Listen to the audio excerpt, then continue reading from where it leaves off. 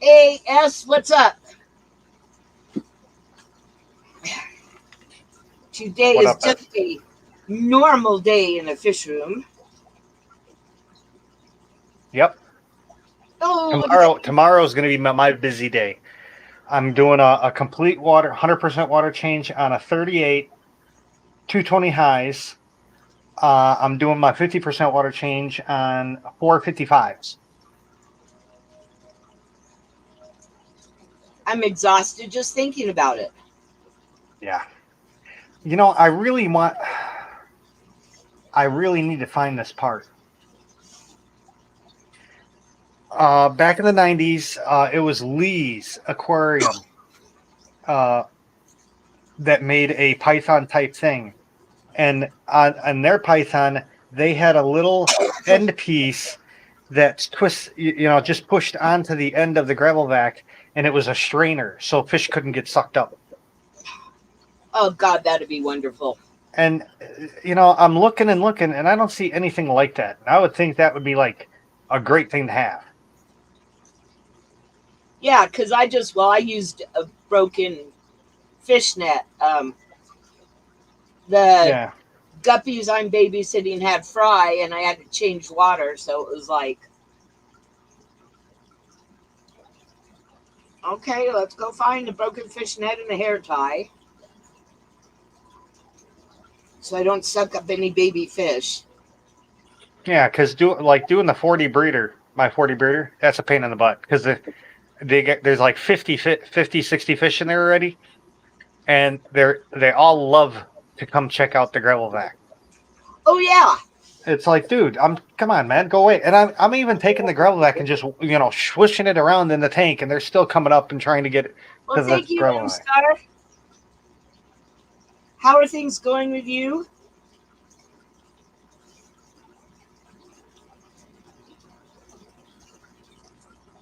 Well, I may have to watch your video on stuff to find out about streaming stuff so I can get a better camera and show off my baby fishes.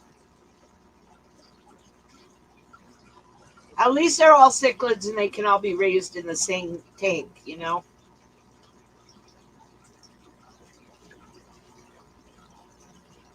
I put baby guppies and baby cichlids together once. Once the cichlids got about a month old, they started killing the baby guppies. My uncle used to have African cichlids, like electric labs and stuff like that, in with neon tetras. Well, It was Charles a 90 has. gallon corner bow front. Charles has the cichlids in with mollies. Yeah, I can And see that. something else, yeah. And they all get along, but he's got some giant mollies. I mean, they're like fish.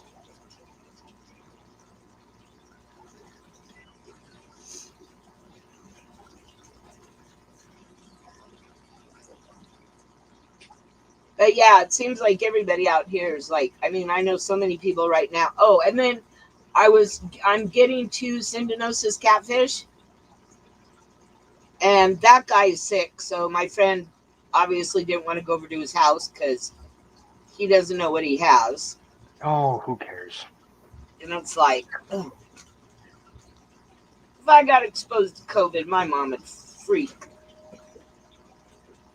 You're not supposed to be going anywhere. And it's like, well, I have to go shopping. I'm not starving. Yeah. And I went to Smith's in Santa Fe yesterday, and wow, they have some good deals on meat. So I stocked up, sort of, as much as you can. I mean, I have a small freezer, but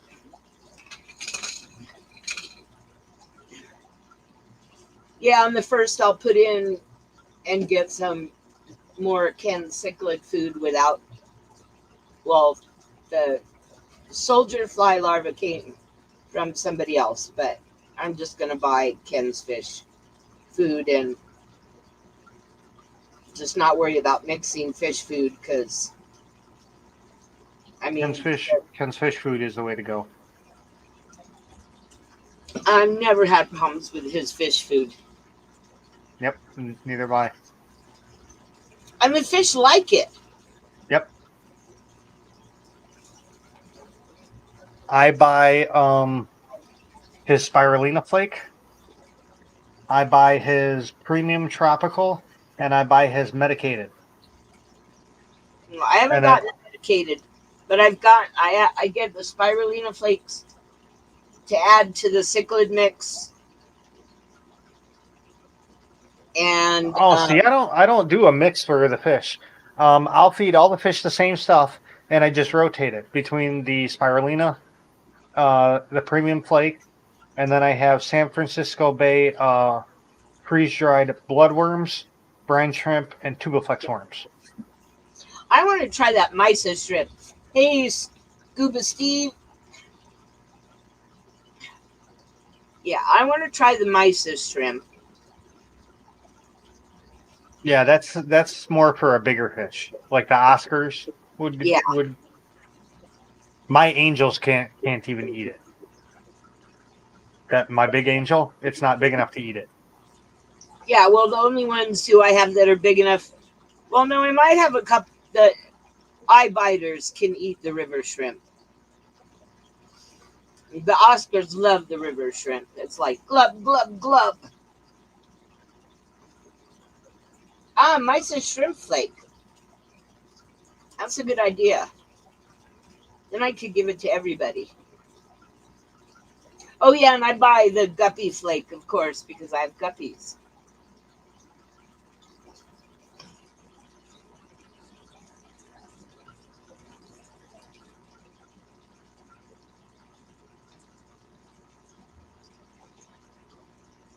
And I keep seeing only one thread fin, so I'm kind of like, I wonder what. Well, I could put it in with guppies, but. Did you read Danny Got the Painting? The CPD? Oh, no, I didn't. Awesome.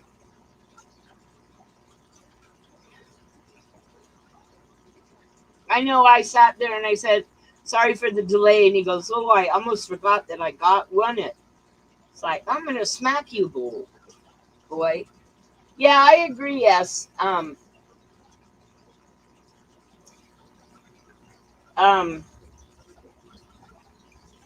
Variety. Hey, variety is the spice in life, you know? Yep. Well, guppies need high protein. None of my other fish need high protein. But the guppies will all be in one tank. I mean, I have one guppy in a 10-gallon, and all the rest of the guppies, I guess, are now together. I've been slowly moving fish around. So I'll sit here for an hour and catch fish. Ghost peppers.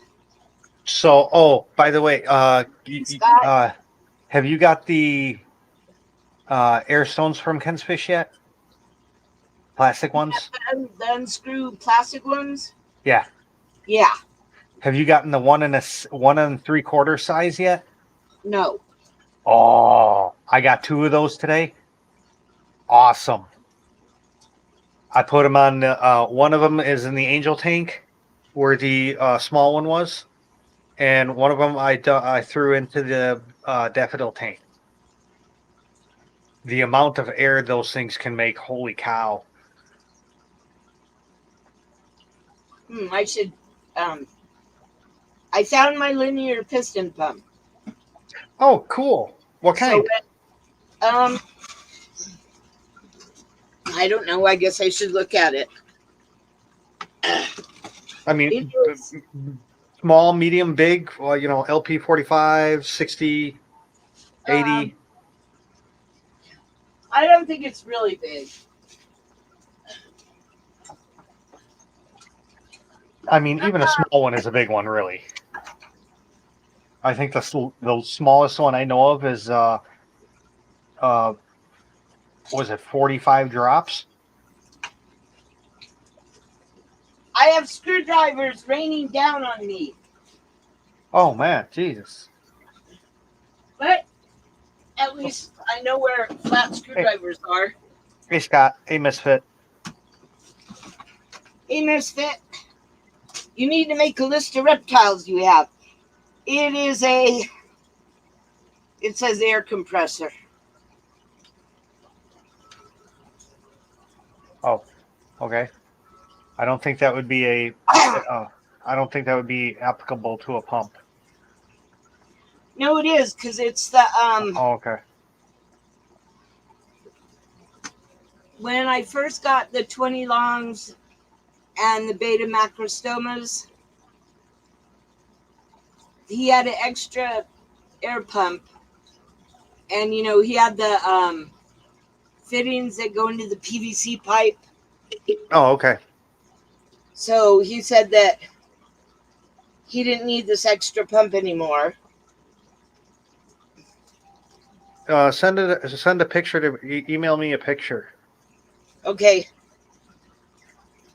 I'll try to look up the model and find information on it.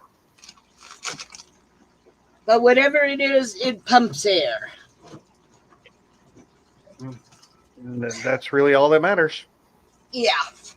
And I mean, he had, let's see, 6 20s, 2 55s, the 25, and a couple other tanks running off of it. So even if it runs a few of them, it's better than having so many little pumps. Okay.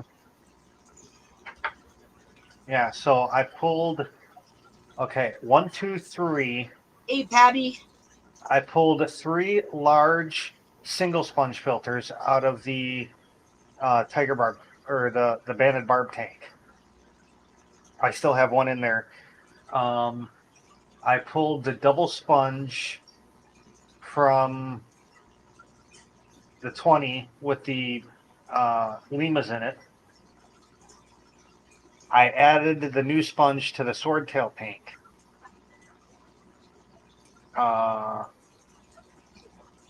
Added the sponge filter to the 37 and removed one of the dual sponges out of there.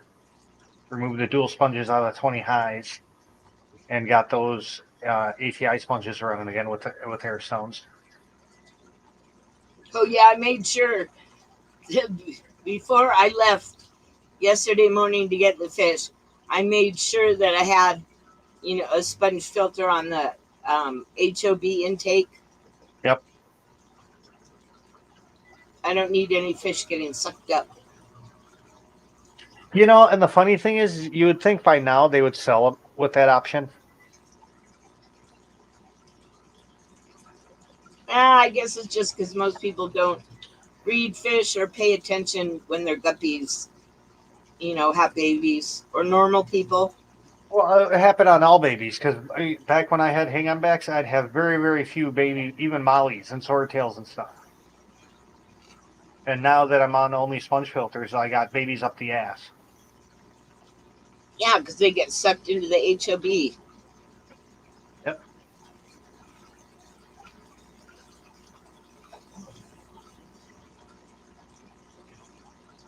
I just had a bunch of, I don't know where I got them, square sponges, and I just sort of carved out holes in them to fit the various uptakes that I had that have baby fish. So what do you think I should do with all these extra sponges? The sponge filters. My babies. Aquafunk.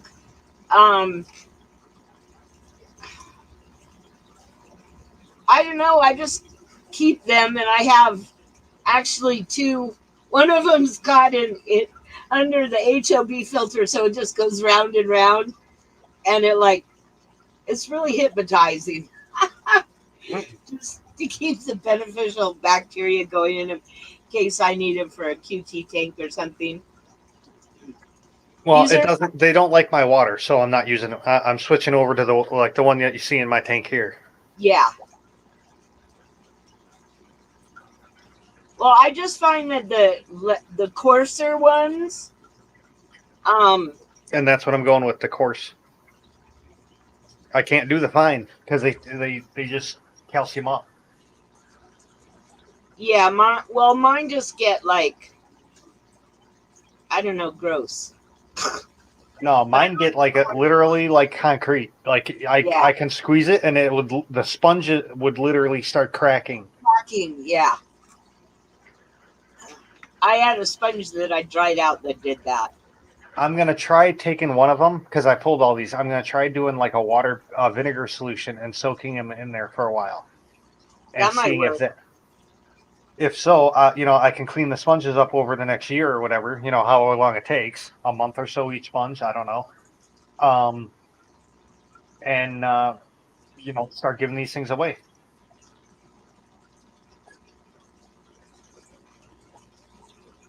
I'll do a drawing that I'll screw up totally and make everyone pissed at me for. Hey, no one got really pissed. It was just funny. I would piss people off. Well, yeah. My drawing was just sort of, I won my own drawing. I would do a drawing and the last person would be like, oh, and the winner is not you. You know what? Let's have this third person win.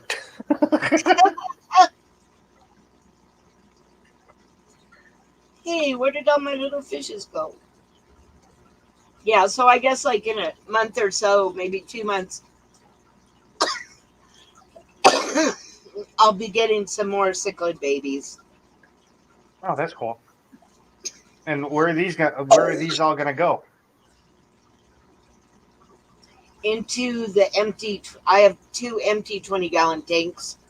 Okay. That are, they're already set up and cycled. They just, okay, they're not totally empty. They have a couple guppies in them to keep them going. And one has 2 guppies. The other one has, there were supposed to be 3 thread fins, but I only see 1. So I'll have to put something else. She got some now, and she's getting some more again. Yeah, my friend, she has 3 more cichlids holding, and she'll sell like 5 or 6 out of a batch for $5 a piece. And then she decides, and these guys are only like a ½ inch long. She decides, no, I don't want to raise them. That means I have to set up another tank. And so man, $5 a piece for those though? I would be like, dude, serious. That's crazy. There's some crazy people. I'll give you $1.50 each. So, she just gives them to me and says, well, just take the ones that you want and you can sell the rest of them.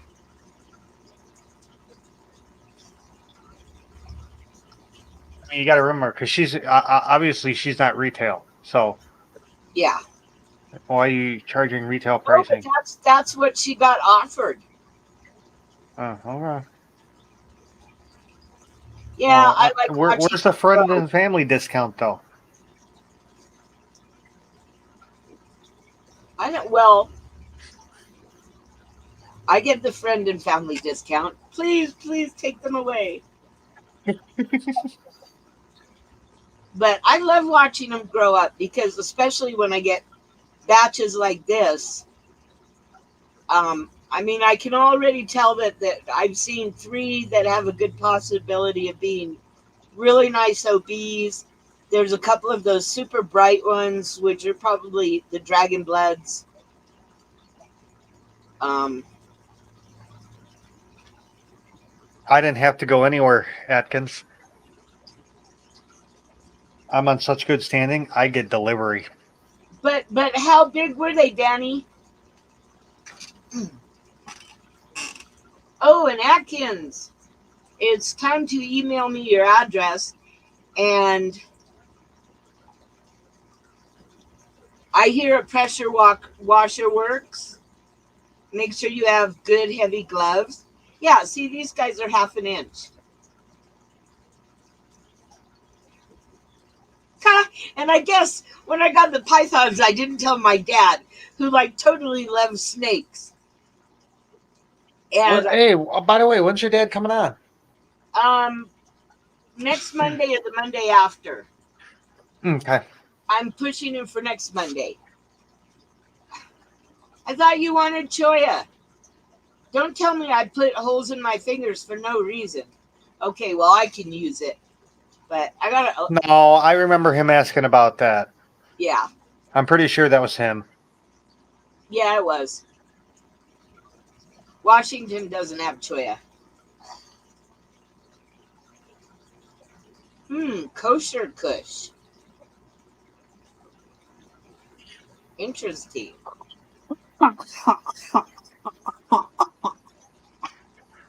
Is that a pig? Okay, he muted himself. Yeah, seriously, really, probably none of it is more than 1.5 inches or 2 inches Wow. I'm a little diameter. teapot. Um, just I didn't have anything with me, but when I was driving to get the fish, I saw a bunch of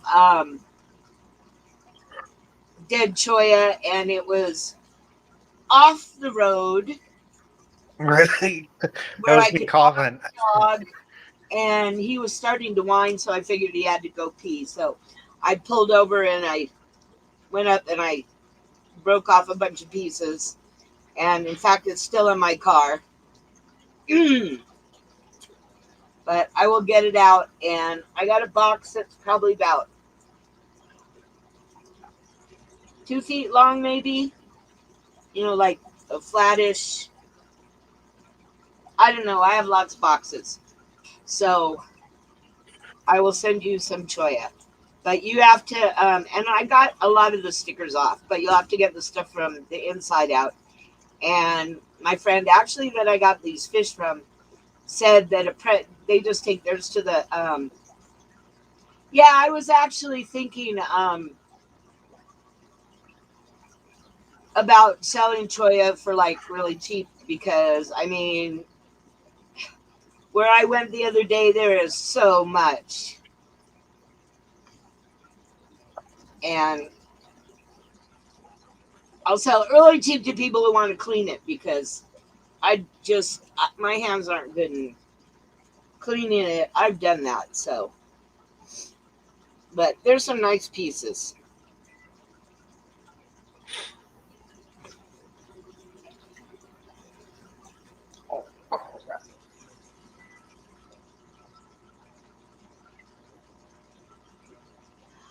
No, actually it's not because the stuff sticks to the inside.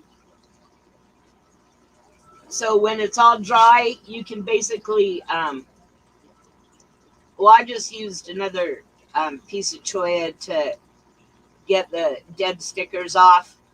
And the stuff in the inside, yeah, that's exactly what they do. They go down and use the pressure washer at the car wash and, just blast it. And then they have a big tub outside. They stick it in and sink it.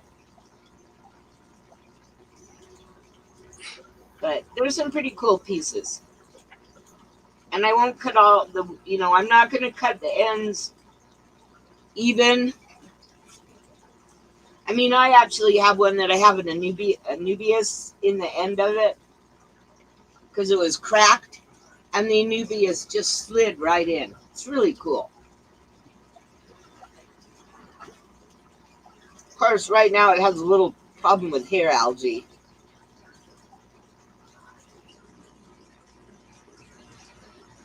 But when you're feeding like 3 thread fins, which are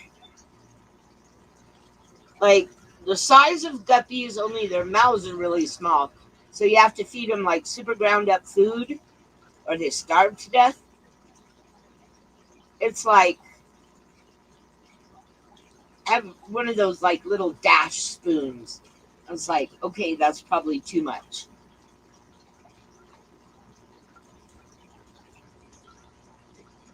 But it's also the tank that grows the dwarf sag the best. Sounds like you need shrimps. Shrimps will eat the algae. They eat hair algae? Oh, no. Siamese algae eaters do, though. And American flatfish and pupfish. And Oh, and electric blue manganos. that's probably why there's no hair algae in the cichlid tank. Yep. Not a man. I wish I could take it and take everything out of the lowboy and then throw the African cichlids in there for a while. And actually, in the tank that has the lone mangano, there's not any hair algae in there either.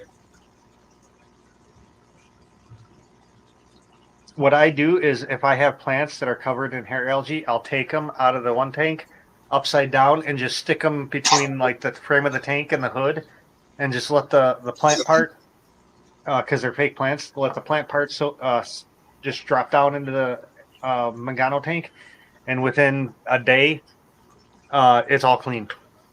That's a good idea.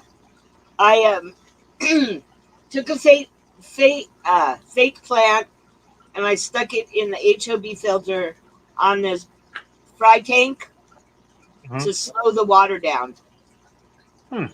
It worked.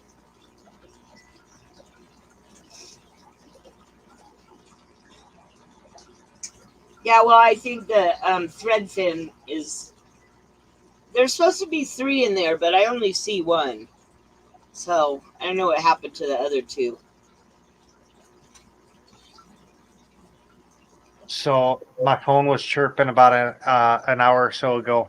We're under a wind chill advisory. Oh boy, sounds like fun. 20 to 25 below tomorrow morning. That is a cool crawfish. That white crawfish. Which I one? could go down to the lake and get some crawfish. Then they'd eat all my fish. Which crawfish? I don't see a crawfish. No, Danny's white crawfish. Oh.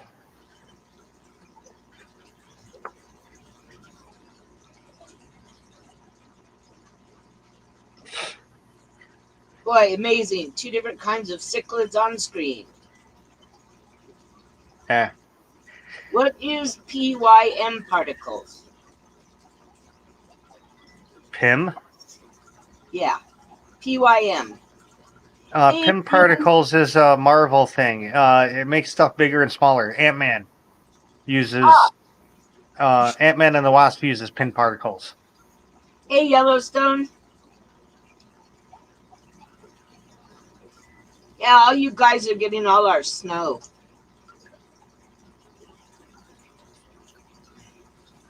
But the shipping on the last batch of snow was pretty high.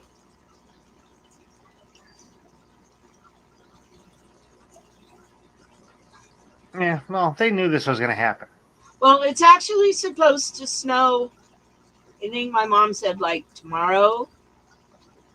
And like this week is when I'm supposed to get the 41-foot trail or the 40-foot trailer.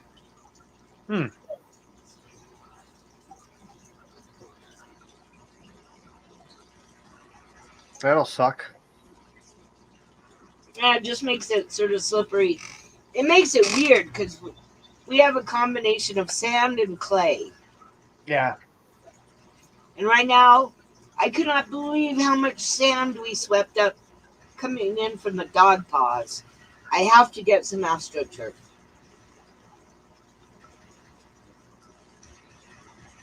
We put it on the ramp and maybe that'll help get it off the dog feet before it comes in the house.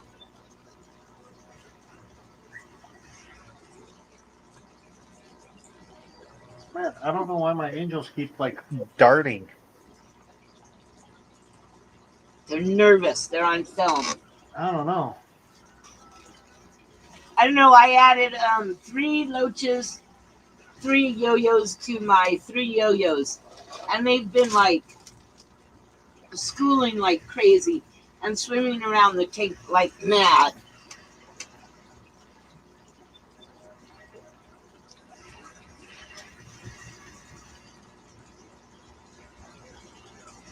But my big one is so fat. I think he's overweight.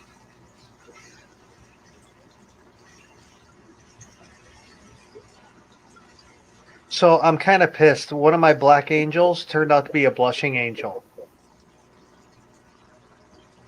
I didn't want a black blushing angel. I wanted the black angels. Is it the one with the clear tail? Well, I have the two black ones. The one all the way in the corner is the blushing, and then the one still on screen now that is the full black.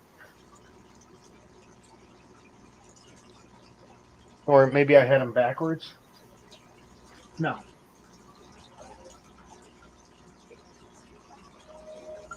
But yeah, you can see it's like a red gill cover. You can see gills. I don't like blushing. New air stones. That's an idea. The water flow has changed. Oh no, this tank didn't get new airstone. Oh. Okay, well, so much for that theory. I think my cloudy water food theory, though. Yeah. Like I said, I've noticed certain foods foul tanks. For a while, I was getting the Ken's regular flake. Its main ingredient was fish meal. The premium flake, its main ingredient is salmon meal. You know, at least you know what it is, and it's not just a mixture of all fishes. But the lower quality stuff would cloudy my water. The premium food doesn't. Well, I just find it interesting that, it's like because of what tanks it's in, narrowed it down to the soldier fly larva. The angels I still want to get. I want to get at least 2 gold angels and at least 2 platinum ones. I like the red ones. Yeah, I can't. The one place I know I can get the red ones, they don't have them right now. Hey, steak fries, que pasa? Thank you for coming in to say hello. I'm gonna try and get a bunch of have a panel of auditors.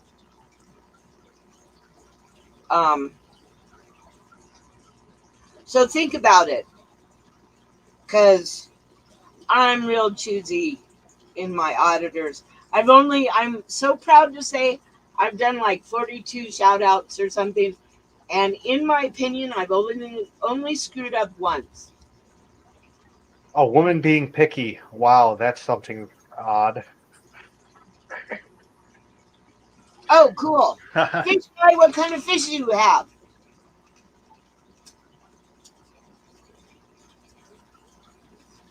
It's surprising how many auditors and cop watchers have fish too. And actually, it's kind of amazing how many of the fish tubers watch cop watches. It's just harder to get them. Oh, a red Oscar. I have a tiger Oscar. Oh, you just made a new friend. Yeah, an albino. And, see, these little baby fish are African cichlid babies. I have a friend who doesn't like raising the fries, so she gives them to me. Cool choices. See, I knew you were cool. You have to come up with. Okay, my Plecostomus is only, I think it's about 11 inches. Yes, and we have only Oscars, and you'll never guess what she has. Hey, Sherry, what's up? She has Oscars.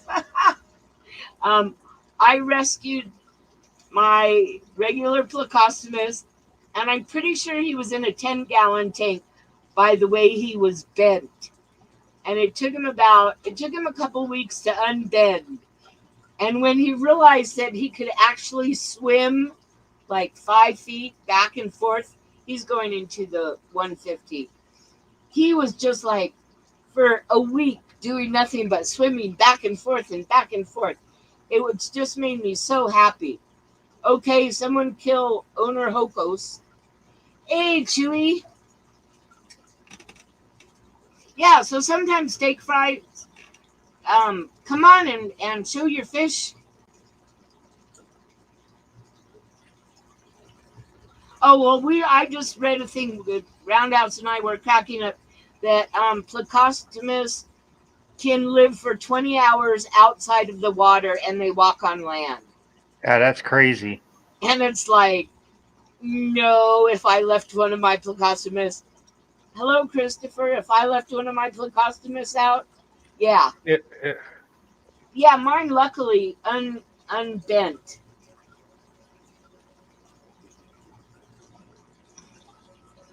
Oh, they're like dinosaur fish, like the Bishirs or Birchers or whatever they're called.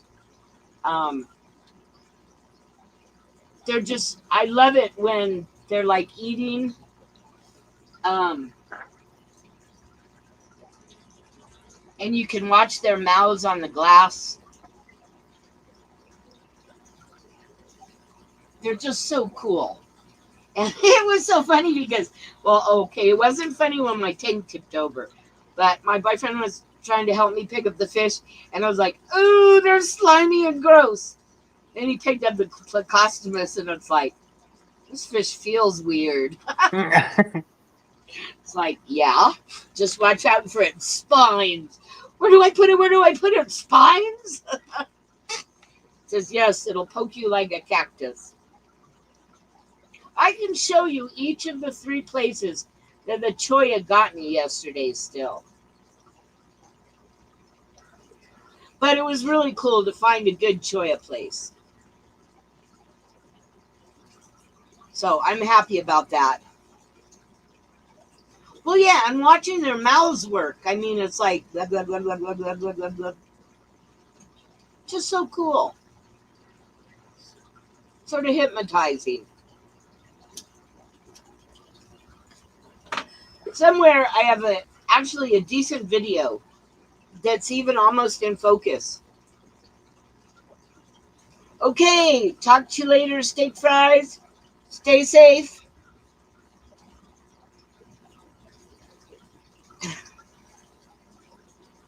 And thank you for dropping in.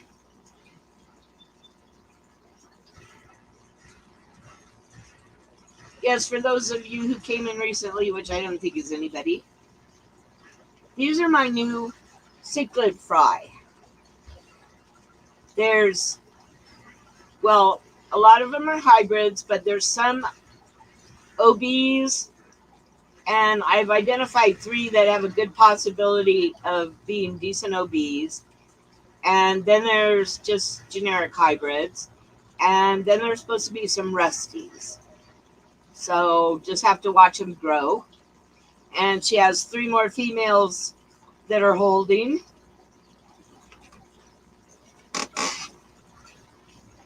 Oh, thanks, Sherry. I'll check it out. They're only a half an inch long. That is part of the thing of her giving them to me. I mean, she does have somebody who pays $5 a piece, but they only buy like 5. She probably gives them 10. And then the rest of them after, well, they get about half an inch. Although that little white one at the top, it seems to be, there's a bunch that are a little bit smaller, but she usually waits till they're about half an inch and then says, can you come get these fish? I don't want them anymore. And it's like, she's in the middle of nowhere, so we meet in the middle of nowhere, and I found a great choya graveyard. And I did take video, but I'm posting kind of some still pictures, or I'll be making a video of my trip through Madrid and Golden. It was really beautiful, but my windshield was really, really, really dirty. And I have no way to hold the camera, so it's like things that I need to consider getting. If I'm going to drive around and film, I mean, Oh, I you might can. get arrested. Well, not They, if the camera is mounted to something. no, I'm saying you might get arrested for going around and filming. Ha ha ha. Ha ha ha. Oh man, it'll be. I've been, I guess, arrested once. He didn't see the registration on my van because it had tinted windows, and I had a warrant that I didn't even know about. Don't you hate those? Yeah. Well, I got the ticket and I had surgery the next day. So like it just kind of like went out of my mind, and I got pulled over because you couldn't see the paper plate behind the tint. Found the warrant, and when we got to the jail, pictures work. Um, he said, "Well, they'll come extradite you because that county always extradites." And I said, "Well, then you better get me to the emergency room so I could get all my medications." And the guy said, "Like, what kind of medications?" And I said, "Oh, the usual blood pressure, cholesterol, diabetes, psych meds." Psych meds? What happens when you don't have psych meds? Oh, that was the wrong thing to say in jail. Yeah. I said, "Oh, I don't know. I'll be probably sweeping your ceiling and bouncing off the walls and talking, and it should be pretty interesting without my psych meds. But don't say anything to you because I'll bite your head off." Yeah. And so they actually didn't book me into jail until my dad came to bail me out.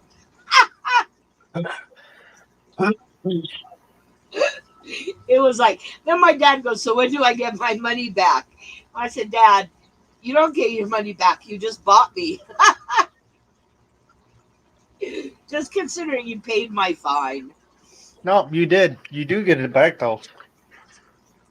They actually the courts got busted for applying bonds to the fines.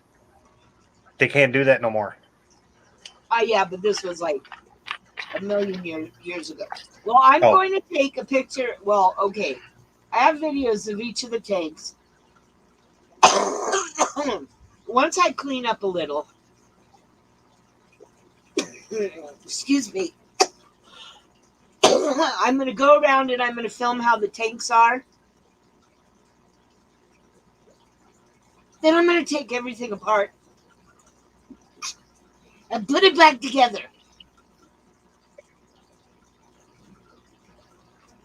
And I did have a graph of where everything goes, but I just had another incredible idea. So I'm moving around my little paper tanks to see if it fits the other way. Because right now, out of a 9-drawer dresser, I can only use 6 of the drawers. And it's kind of for my clothes. So it would be nice to be able to use all the drawers. on my 9-drawer dresser, I use 2. You're a guy. I actually am using my dresser to hold up the train board that I haven't done the train layout on yet. Ah.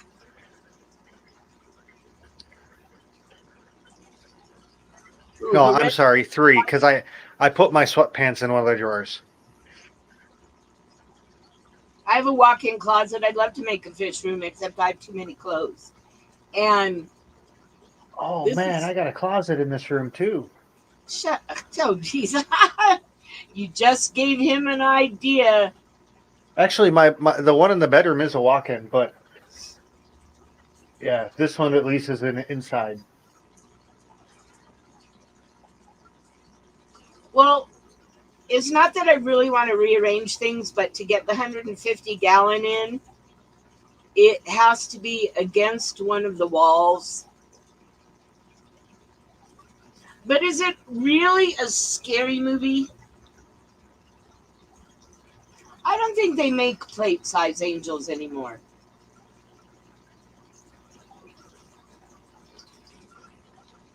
Only Oscars. Angels don't get plate size no more. No, these are like 50-cent size.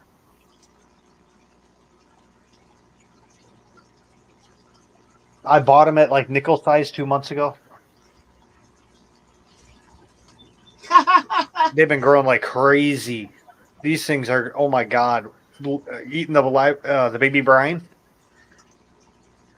Big difference in how fast these suckers are growing compared to the last batch. Okay, I'm writing that one down. Only because I never find scary movies. I mean, I'm probably just too jaded.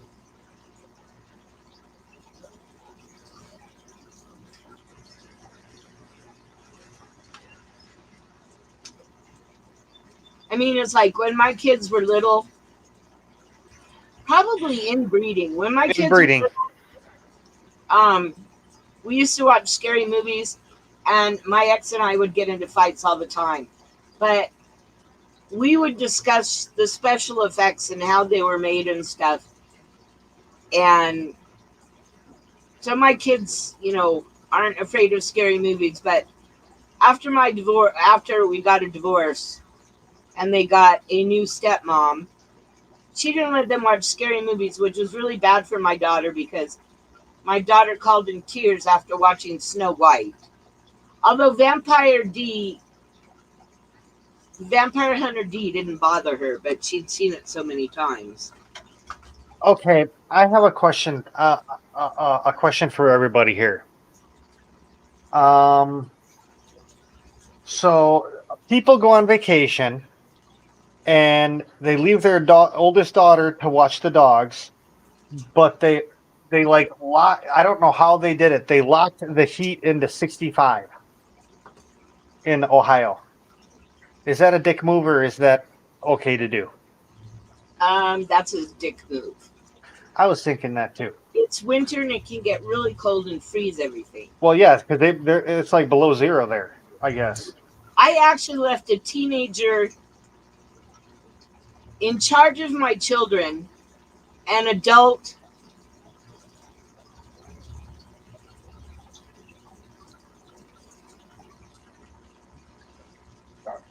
Did your microphone break or did you just stop? No.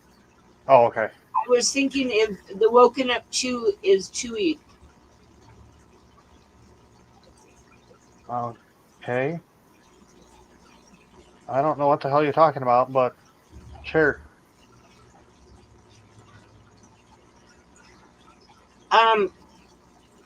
Because there's a person waiting in the stream. Oh. It's me, yeah. Yes, there are those beautiful stars. And I know I have hybrids, but I will sell a lot of them. I just want mainly the OBs. Well, I don't know if there's a good Rusty. I might have a Rusty.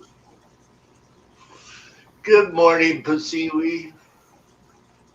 Good morning, even though it's evening. But I basically slept all day. It's nighttime here. Yes, I know. And it's nighttime here. Okay, Yeah, at least it's dark Well, out. you just said it was evening there. It's past evening here. So it's almost tomorrow. My foster son and I used to have the most bizarre conversations about time. Because he'd say, Mom will be home at 11 o'clock. So he comes walking in at 11:50. I said, it's not 11 o'clock. He goes, yeah, it's still 11 o'clock because it's not 12 o'clock yet. So like the whole hour of 11 o'clock is 11 o'clock. So I've got a little bit of trivia for you. Okay. What was the first public aquarium ever to use an RO unit in North America? I don't know, the shed? Nope. I wouldn't even have a clue. The first aquarium to ever use an RO unit was Marineland in Florida. Wow. They didn't I didn't even know there was a place like that. They didn't use fresh water at all. All of their water came out of salt water. Well, then it's not a. It's more of a desalinization unit. It's considered an RO unit. My dad's has They Plant- stripped everything out of it. Well, why don't they just do that with ocean water to make water? Why do they got to run it through a desalinization plant? They cost. could just hook it up to a bunch of RO units. Shut up a minute. My dad, shut up. My dad, And plus, you're not using it for human consumption.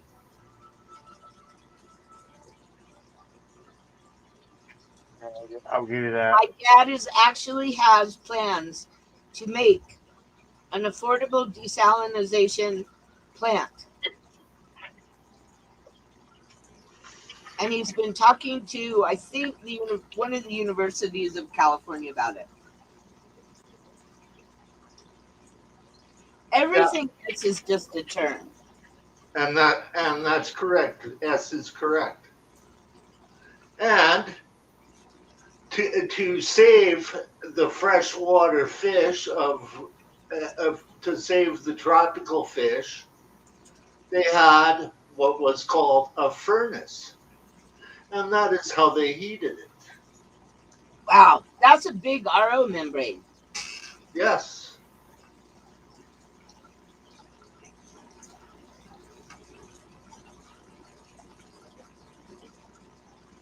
Man, my hand really hurts today. Too And much you're firing. So basically, they already knew that the temperatures in the St. Augustine, Florida area would affect tropical fish.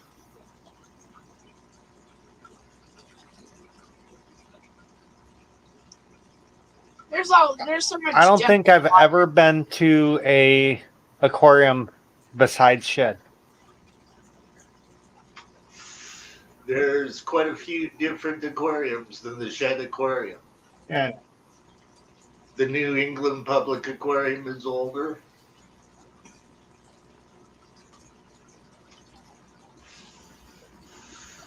That's okay. I've sort of got my mother trained that not to call me on Monday, although she did today. Or Monday evening. Marineland is actually Marineland actually was called Marineland way back in like 1930. Before Marineland, the parks. Which was before the park. And basically, both stuck at around the same time. I wonder if the Marineland Filter Company took the name from that. Oh, that's an intriguing idea. Or are they part of Marineland? Yeah.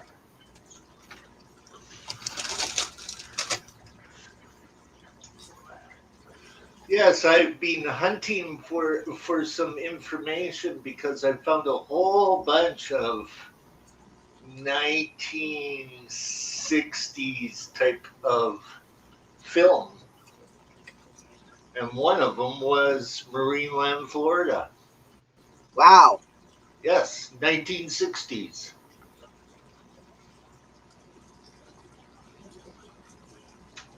And by that time, it was already going like about 20 odd years.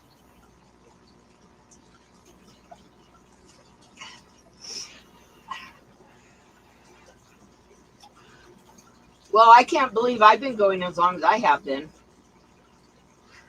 Nothing like going up to a high school. Well, I hit 65 last week. I'm almost up there. You old fogies. Yes. Yeah, I went up to my high school friend who I'm buying a trailer from and said, "So, what have you been doing for the last 45 years?" He said, "Really? Has it been that long?" I was like, "Yeah."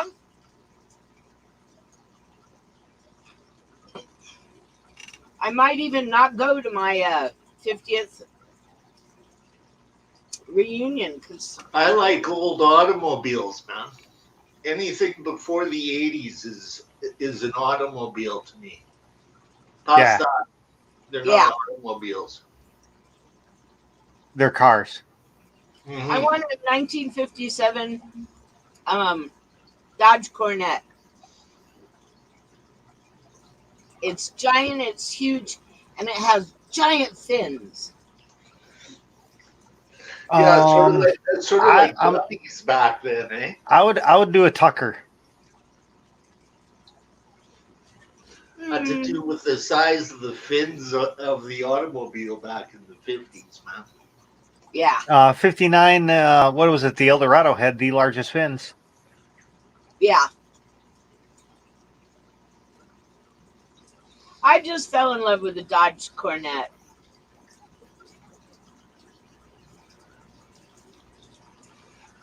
I worked at a Mopar. Actually, I yes, would do a Biscayne. I, I I was not in governmental footage, but people that are going through their parents' old film and putting them out there for information about them. You know, like a lot of people just don't know, but some of them are actually quite interesting. But the quality of the old film, if it's not stored properly, gets really ugly when it comes to color. hmm Color does not do well. Yeah, yeah, my yeah. ex and his brother had sort of a side job cleaning out rental houses and other houses, and they found this box full of like 4x5, mostly 4x5 negatives. And I was really intrigued with them and decided that since a lot were national parks, they needed to go home. So, a good excuse for taking my kids on a trip, anyway. Um, I actually was able to find some of the people. I took pictures of the Mormon temple in Salt Lake City to the temple. I took a bunch of pictures to Zion and Bryce. And when I got to Arches, they were very excited because I had a couple pictures of a rock that fell, or negatives of a rock that fell like in the 50s. And they had just gotten a grant to preserve old photographs and negatives that they had gotten their hands on. And one of the technicians said, "So you've been driving around in the heat with these in the back of your van?" I said, "Well, yeah, we've been driving around. I guess it's been like 2 or 3 weeks now." And Oh, yeah, he said, "Do you realize that these could like burst into flame?" And it was like, "What?" He said, "These are extremely flammable negatives." And it's like, "Oh, I didn't know." But they you were had more, nitrate in the back. That's great. You had yeah, nitrate film in the back of your van. That's yeah. So it went into a cooler after that. But my daughter and I actually stayed at this one lady's house. She was, I think, 96. And I had pictures of her husband in his uniform from World War, whatever, dress uniform. And she had the picture from the bust up, but she didn't have a full picture because I had the negative. And she said she just didn't understand it. All her Mormon friends who didn't drink coffee or soda or alcohol or smoke cigarettes are all dead. She smokes like a train, loves her vodka, and just keeps living on. She was a really nice lady. But I found some interesting people. I'm still looking for Phyllis Adair, who would have been in her early 20s in 19 about 55 through 57. Still looking for her. I don't have the pictures anymore, but she was just one of the most beautiful women I've ever seen. And it was like, I'll never forget her.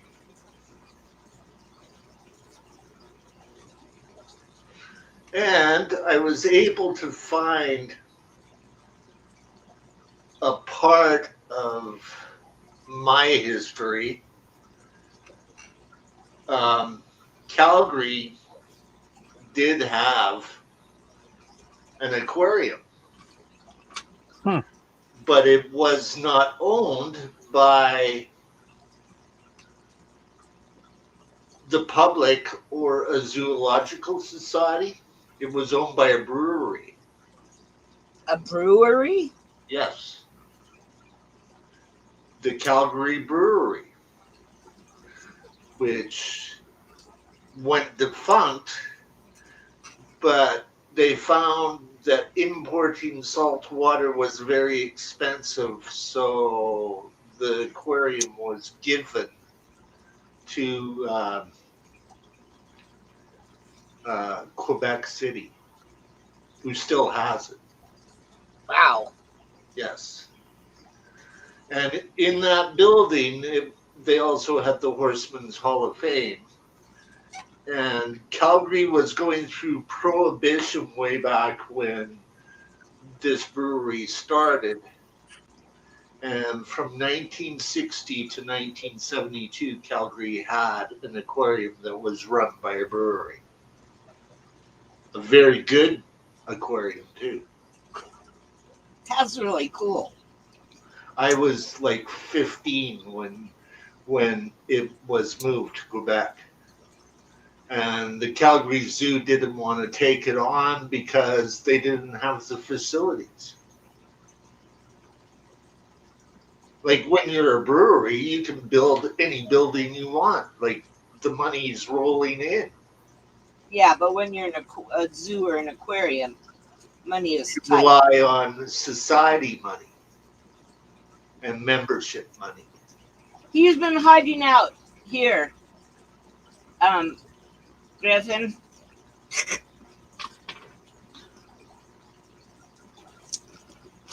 Yeah, Wookie hit Chewy's woke up been around, Griff. woken up. Chewy has joined the dark side. Yeah. We're the dark side? Okay. I can go for that. Oh yeah, definitely. We're definitely not the good side. But in the same building, they had the Horsemen's Hall of Fame. And I was able to find postcards made by a Vancouver company that had the contract to do postcards in Alberta and Vancouver. So I was able to find a postcard of the building of the aquarium, and I was able to find the exhibit of the Horsemen's Hall of Fame with Yeah, with Chief Sitting Bull talking to the Northwest Mounted Police, like the RCMP, okay, Like oh, the cool. chief sitting bull. like the Chief Sitting Bull Huh. from the Sioux. There's Sioux territory up here in Canada too, you know. Yeah. We have a completely different. Just north of Michigan. No, Alberta. Well, I know the Sioux's up north of Michigan. Yeah. They stretch across all the way to Montana. Oh wow. Yes, it's all a part of your history. Custer, man. Yeah. Custer. Well, the country's history, not my actually history. sent men up here to try to talk to Sitting Bull, and Sitting Bull just stayed. My mom He has stayed with the Blackfoot people. Sitting Bull was actually not that much a part of Custer's last stand. It was Crazy Horse. Have they ever finished the Crazy Horse monument yet? no. They've been working on that thing forever. Jesus. What are they, Union? They must be Union. It could be, man. Could be. No, they just work on Indian time.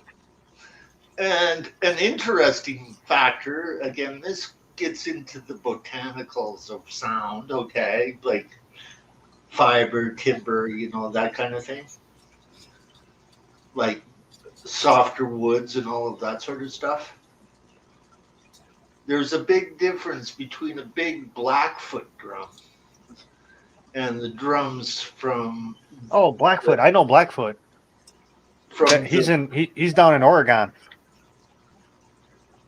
No, Blackfoot people are from Montana.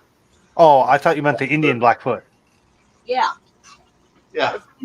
No, the actual guy's name was Blackfoot, not the not the not the culture. It's the actual guy's name, Blackhawk. They got Blackhawk State, big ass statue of Blackhawk up on a mountain in Oregon, Illinois. Yeah. We're talking Blackfoot here, the people. Anyhow, there is a big difference between the big drums of, let's call the Blackfoot, because they're chopping down oak trees in Alberta, in comparison to those that are chopping down pines like on the island of Vancouver. The drum is actually more the size of a tambourine. It's higher pitched in comparison to a Blackfoot drum that's almost 2 feet deep. And both use different skins. Not too many buffalo lived on Vancouver Island. I haven't seen the non-bait buffalo recently. Wonder where they put them. Like there's only certain native people that actually build totem poles too. You know that? Yeah, just in the northwest. Yeah, northwest. Right, and that's due to the wood. The wood is easier to carve. So all them totem poles I saw down in like Santa Fe, New Mexico, were all bullshit ones? Yes, they've all been imported. I feel so lied to. Well, it was funny because Pueblo Indians don't traditionally make dream catchers, but my brother's They make a hell of a blanket. Yeah, my brother's kids make dream catchers, and when my brother was at the plaza, he had a couple, and this lady said, "I'm looking for a dream catcher, but I want it made by a real Indian. Are you a real Indian?" He just kind of nods his head, and she said, "Okay, well, I want to make sure because I don't want to buy a fake dream catcher." And after she left, we were just like cracking up. And he gets so mad because like I'm the motor mouth, and this lady came and "Oh, your black pots are really nice. What's your history?" And he goes, "Well, I learned from my grandmother." And I said, "Our great grandmother was Maria Martinez, the famous black potter." "Oh, really?" So what do you know about ceremonial blankets? Who, me or you? I don't know nothing. Well, the Navajo and Hopi have them. Pueblo. A lot of tribes have them. Yeah, Pueblo don't. No. I was too young when we lived in Washington State to acquire much. I mean, we had Chief Joseph's great-grandson living with us, well, his family living with us for a while, drying out. My mom tends to start drug and alcohol programs with the natives wherever she goes. You know that ceremonial blankets can only be had by the royalty or chiefs of the tribes? Yeah. My mom is actually Eagle Woman and the Blackfoot tribe, which is a name only given once a generation. And she has a really nice little rabbit hide that is painted with her name and why she got it, and it's pretty cool. She also So, has. who was the first white man that was given a ceremonial blanket in the Northwest? Yeah, see that I don't know. Johnny Appleseed. Nope, Damn. nope. Bing Crosby. Wow. Bing frickin' He Crosby, is the an singer. honorary chief in standing, still to this very Man, day. Bing was everything, man. That guy was Yes, awesome. yes. They don't make awesome people like that anymore. Seriously, they don't. I'm sorry. Bing Crosby's singing is some of the best singing I've ever heard.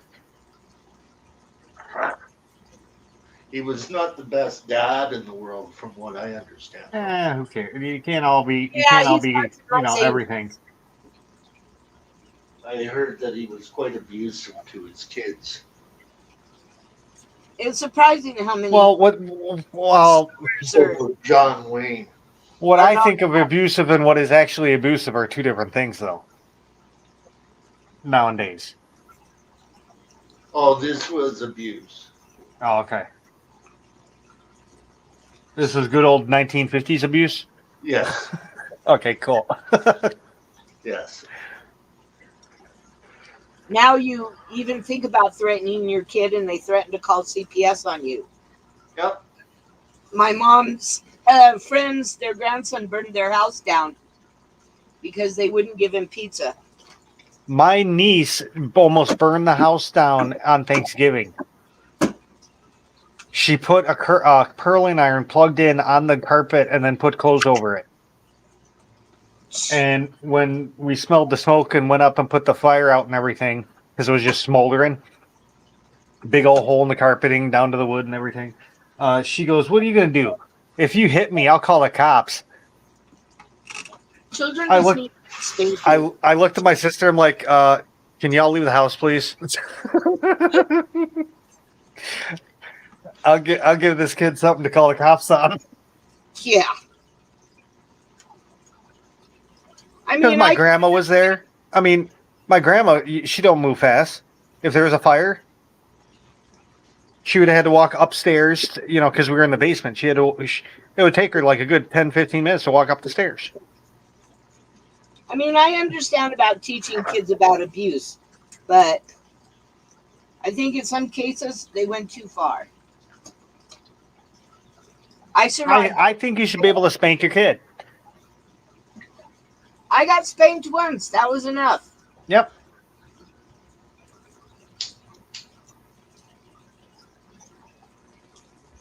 See, his fish are in hiding now, and my fish are just out of focus.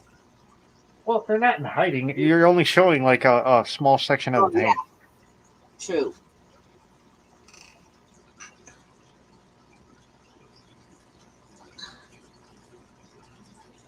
Go to the 3-panel. The triangle style.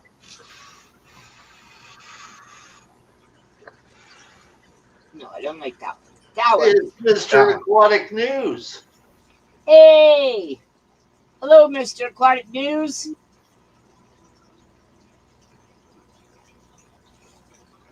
Hey, no problem. It's Monday. It's time to stream. I have a new name because I finally decided what fish that I'm going to focus on and stay with forever. What's those? Cichlids. Oh. No more of these platies, and the guppies I'll have just to sell to the local fish store for whatever. But the fish I like the best are the cichlids. I love my Oscars. I love my Malawi cichlids. I'm excited to be able to get my hap, or a hap and his 2 females into their own tank.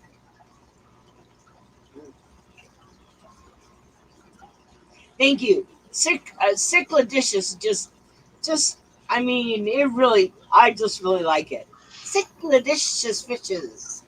And it is actually on my logo.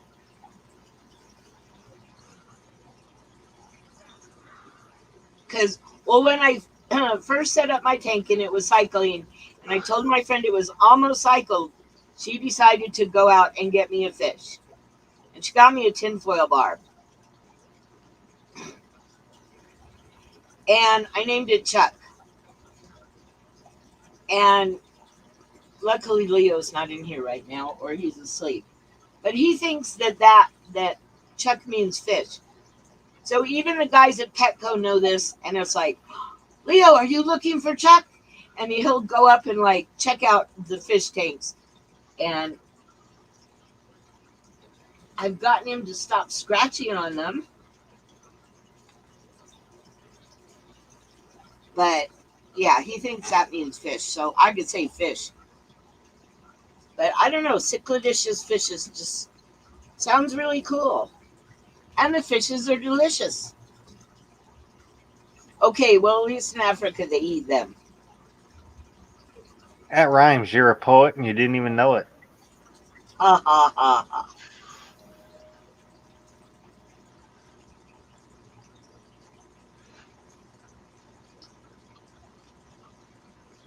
So you've decided to stick with cichlids. Yeah. Harder like- water cichlids, I'm kind of assuming. Well, it turns out my water isn't that hard. No, So it's not that hard. It's not like Calgary water. Yeah. It's not like Lake Malawi water. It's not like my water.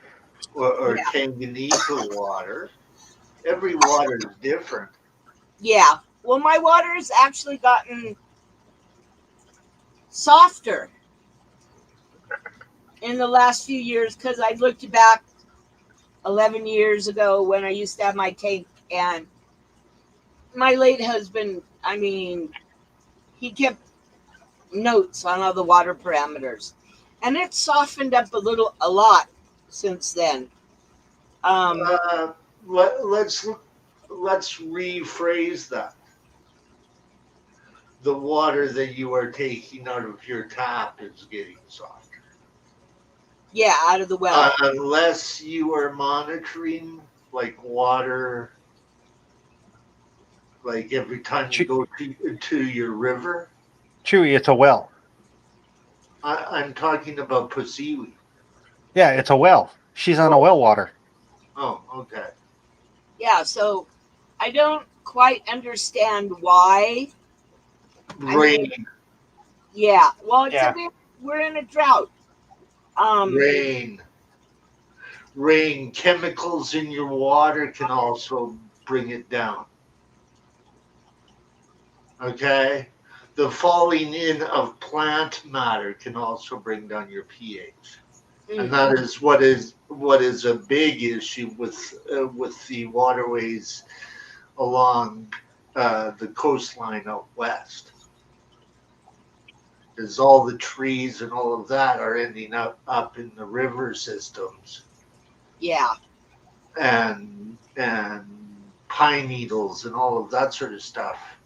And the mineral levels are not there anymore in the mountains because the glaciers have melted away.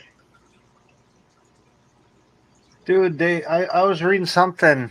I saw the headline. Something like 192 million gallons of water was released from a glacier. Yeah. That's a lot of million. That's a lot of gallons. Yeah. Well, when I was a kid, I went to see the Columbia ice fields, and it was out to the highway. It's now 2 miles in to walk in to go and see the ice fields. Well, just even this year and last year, the temperatures in Alaska, I mean, they're higher than in the, mid-states. Yeah. Crazy. Yeah. Polar bears are losing territory now. We're going to lose. I mean, it's all natural. The weather's like a pendulum. You swing both ways, back and forth. Gets hot, gets cold. Gets hot, gets cold. Gets hot, gets cold. Yeah, within its own within its own change. Like our weather system is changing more quicker than Yeah, what. but no one has looked up. See, this is my theory, and I've actually called the college, and they don't know who the hell to like connect me with. No, we talked about this, and it's on the internet, and I forgot who it was. It is on the internet. Yeah, Yeah, we talked the about the effects of the axis shifting and the weather. yes, yes. Huh. and somebody knew.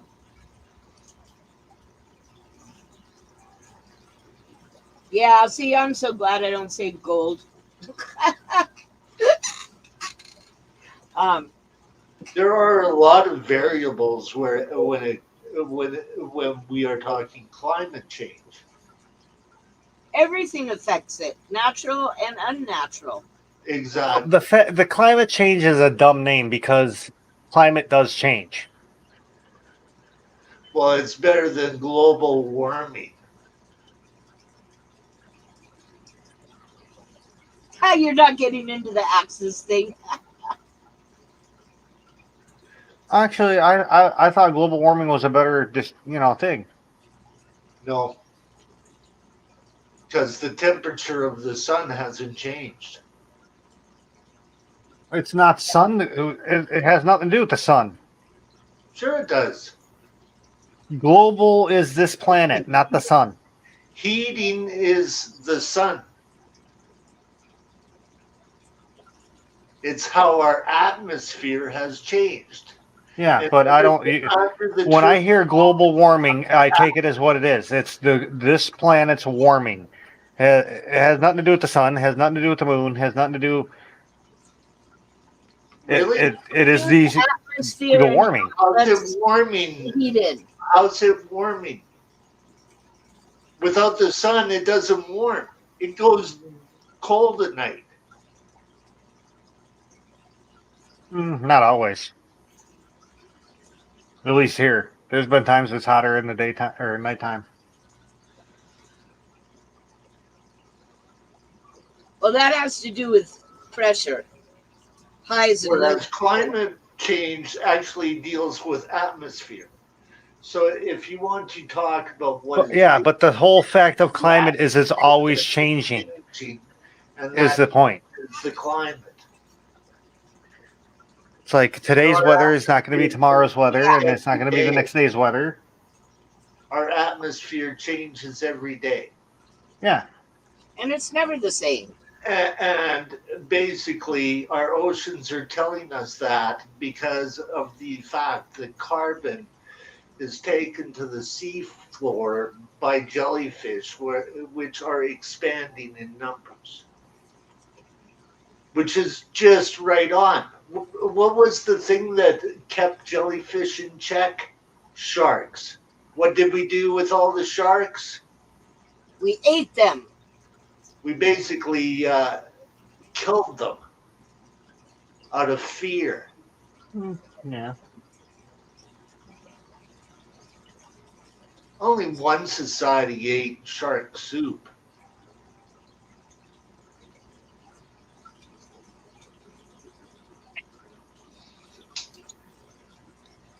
Everything is a cycle.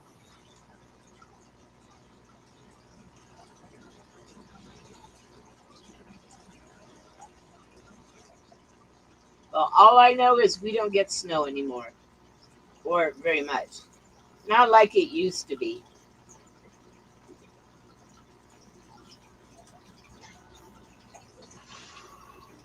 I was actually reading a paper maybe about a week ago about the Panama Canal. And when the Panama Canal filled in originally, it drastically changed the weather of the planet and the climate and everything. Well, Because there there's used to be several things that come into play on that. I agree. what's the ocean current used to go right through it, and when it filled in, it stopped going through that. And menudo, gross.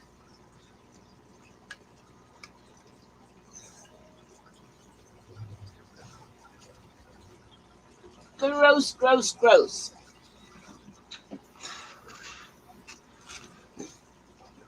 I always wondered, like, who was the person who first ate an artichoke? Was it Artie and he choked? That was bad. I've always wondered that. Why do they call it a hot water heater when the water's already hot? Shouldn't it be a cold water heater? Why do you have to hate hot water? I never. It's like, oh, there's a million of those. Yeah. Now I can't remember any of them. Of course. Park on a driveway, drive on a parkway. Yeah. So on and so forth. Yeah. Roundhouse, do you know that you're famous? I am? Yes. Cool. Your name is even in a song that I'm posting in chat. Okay. Going to see Roundhouse. Have you ever heard of the song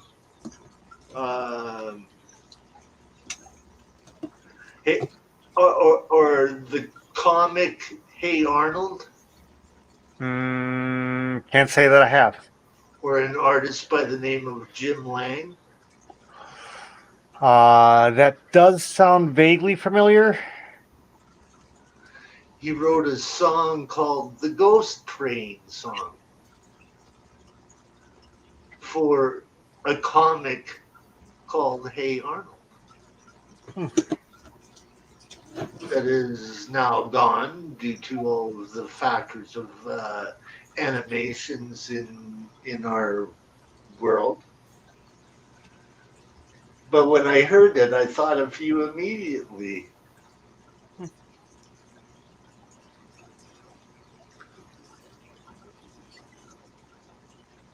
Oh, it's almost February.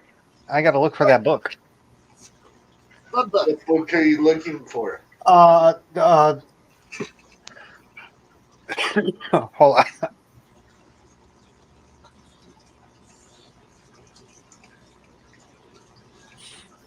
I got an email about a couple weeks ago. He's writing a book using all my Roundhouse data. Oh, And okay. in February, I should email him and he'll send me a copy. That's cool. My daughter's actually sold a couple of her books in the UK. I actually want to see how he did this book. I'm really curious. I hope I'm going to like it. Have you looked into the roundhouses up here in Canada? I did at one point. I used to have a file with that was worldwide, but it just got too big to handle, size-wise. Hell, the United States one is over 300 megabytes already. Well, I believe that. I remember when the CPR had one here in Calgary. Yeah, there's still a lot in Canada. Oh, and Kevin said we would make a trip sometime to Las Vegas and Chama, and we would film the roundhouses. One's a roundhouse, one's a turntable. That used to be a roundhouse, I believe. I know one was a roundhouse that was like they took the turntable out and it was just a building still. Yeah. And I'm pretty sure the other one was a turntable and they tore the building down, but you still saw the foundation. If memory serves me. Places that I've seen are trying to restore them too. I still want to get up to South Beloit. There's a really limited window in spring that I can go. Otherwise, I'll have to wait till fall again.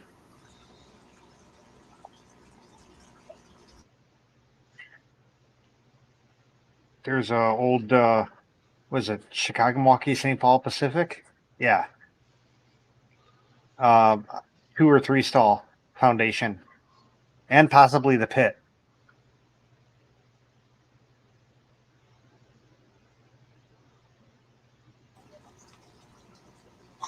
I'd be very shocked if it still had the actual bridge in the pit.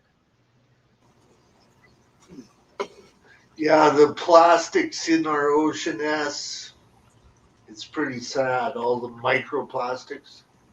Well, they got that new boat out. Polyester clothing. They got that new boat out that skims the surface and collects all that crap now. Yeah, but there's lots. It doesn't get the small macro stuff. It only gets the big plastic that is floating around at the top of the surface. Yeah, well, Which some is better than nothing. Yeah, but there's so much that's under the ocean. Yeah. Well, dude, there's like a whole continent Think of of all crap. the polymers and polyester that go down the drains every time that you use detergent when you did laundry. Think of it that way. Think of how much rubber and plastic we put into clothes.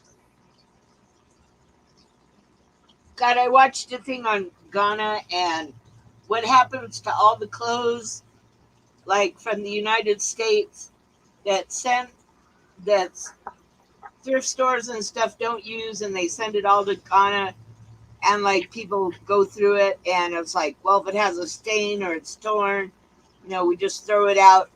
And they were showing mountains. They should burn it. Burn it in the fireplaces. Yes, why don't you guys? Why does not the USA, like this question really gets to me all the time. Two of the most littered objects that I've seen in the States is plastic bottles and beer cans.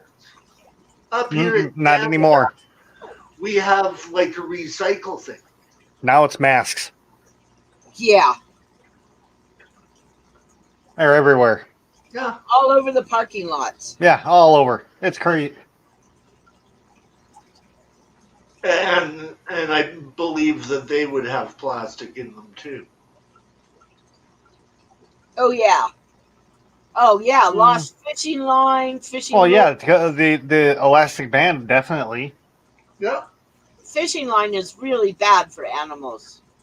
Supposedly, there's like a continent-sized garbage pile in between California and Hawaii or something like that. Oh yeah. I've seen pictures of it. From like deep sea ROVs or whatever they are. But why don't you guys offer like a recycle program? We have recycle programs. Not where you're getting paid X amount to bring in this stuff. No, our up family here in Canada, we take in our bottles, and we take. Yeah, well, why do you need to get paid for it? Just do it to begin with. Hey, they charge us a deposit for it. Oh yeah, they don't have deposits here. People are lazy.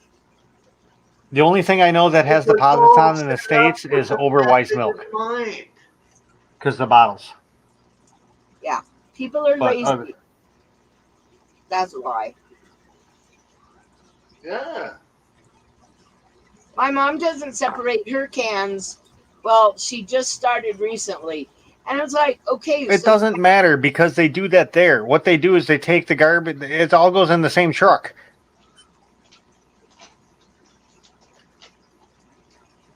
Oh, not here. Here they have recycled garbage cans. Well, we just take it down to the scrapyard. Well, no, we have the cans, but the same truck picks up both cans. So it goes in the same truck. And then they it's like a conveyor thing. They dump it in and it separates all the metal and shit, and then it goes to the plastic. I don't know how they do it. Yes. Like that has bothered me about the United States for a long time. And it was happening in the 80s. The beaches were full of plastic bottles. I think they should charge people for air. Offer some sort of system here in California to get the bottles off of the beaches? Someday Like they up grow here in chocolate. Canada, if Oh, you got California, a lot of California has the bottles, shit that problem now, pays though. your weed bill. They all pooping on the streets now. They don't care about the plastic in the ocean anymore.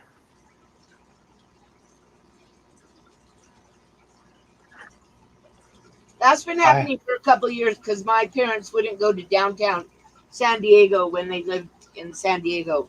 Because I remember back in the 90s, they had all this. It was everywhere on TV. Oh, you know, recycle, all this kind of crap. All the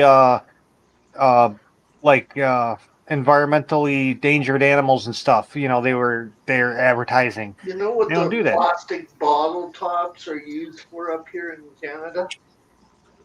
Making mountain bike handlebars. plastic bottles make good T-shirts. Yeah. They get And plastic shredded bottles on make good things. t-shirts so that we add more macroplastics to the ocean when we wash our Okay, clothes. that's true. That's true. Well, Plastic bottles are great to hold liquid. in '93, the World Science Fiction Exactly. Convention, we got T-shirts made out of plastic bottles and then had color-changing ink put on them. And it was like, they said, I can't believe you're using a dangerous chemical printing method on environmentally safe T-shirts. And it's like, what's environmentally safe about a plastic T-shirt? So I haven't read the article yet. I saw I still got to read it though. They've discovered a fifth state of matter.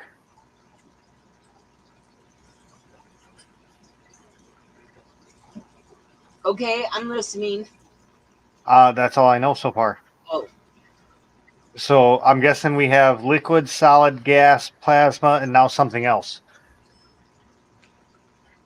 I used to work for Wild Oats, and we had this, being a health food type store and organic, et cetera, et cetera. We used to have, collection bins for glass bottles and aluminum cans, aluminum foil, and paper. And at the end of the night, they were just emptied into the trash can. And that always really bothered me because it's like false advertising.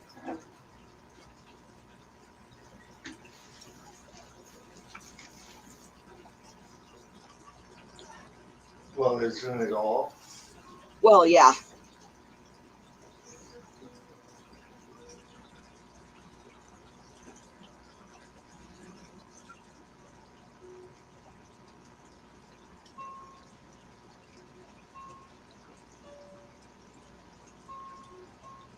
I should probably feed these fry again. Yeah, the United States is really bad at wasting food. When I worked at science fiction conventions and we had lots of extra food, we decided that we would give it to the homeless. But legally, you can't do that. So, like, my friends and I would do it because a lot of the homeless were our friends. And it's like, Well, remember when they were dumping hundreds of gallons of milk because they couldn't sell it right when the whole shutdown started? yeah, well, when they got all the migrant farm workers out and all the blueberries were rotting. Mm-hmm.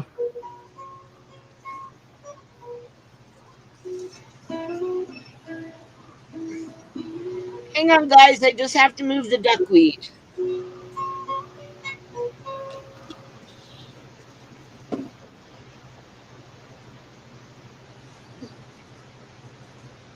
Oh boy, food, food. Again, she comes over and she feeds us. Yes, I remember all of the old McDonald's packaging, all the Styrofoam. that they used to use. My goodness. Oh, I remember the chicken McNuggets in the styro Yeah. because it had the little section you could put the sausage. sauce in. Yeah, I miss those. Hobby fish. baby fish. Hey, at least I still got real plastic straws. I don't have to drink through cardboard. Oh, those new I will never. No, screw that. are I will wash straws out if I have to. they feel weird.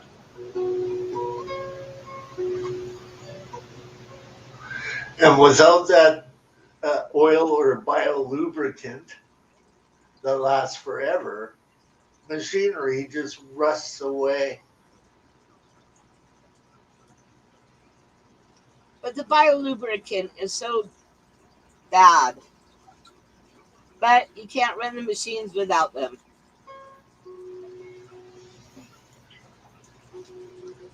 Oh, look at all those little happy fish. Well, not the way that the system is set up. Tesla did have other means. See, all these people who say that all this pandemic and stuff is just to cut the population, the easiest way to cut the population is to just cut off the electricity because so many people couldn't live without electricity.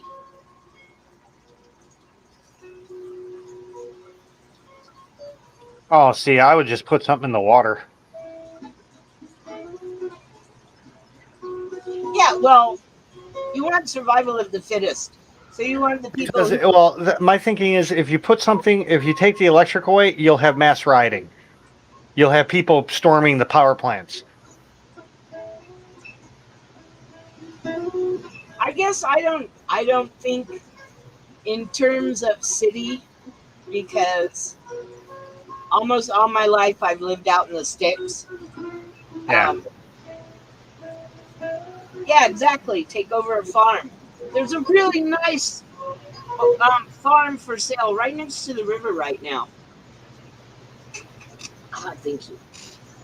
I'm starving again.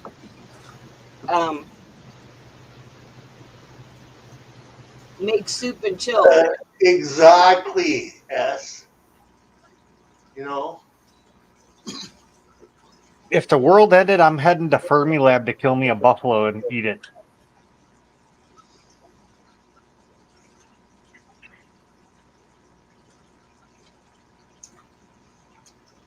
For one person, that's a waste of meat. I'd salt it. Yeah. It'll preserve it. Oh, you can preserve buffalo very easily. Yeah. Yeah. But if you hang it out, okay, you could hook up a generator and use a dehydrator. But if you hang it out like the natives did, are you willing to eat it? It will have had flies. And buffalo hide, when tanned and used on a drum, is the loudest drum skin out of all of the animals. Thick. I'll file that away for when the world ends. I can pass that knowledge on. Well, you know, like And deer and antelope. skins that's why they said beat the skins. Yeah, I'll sell you my buffalo skin because it's the loudest. Beat the skins, not beat the polymers that drum heads are made out of. A lot of your plastic do go back into those too. The recycled drum heads. Just put some tape over it. It'll be okay. I'm in between two herds of buffalo. But you can beat the hell out of an animal skin and it doesn't cause any dents. Buffalo is very good for you. It's lean.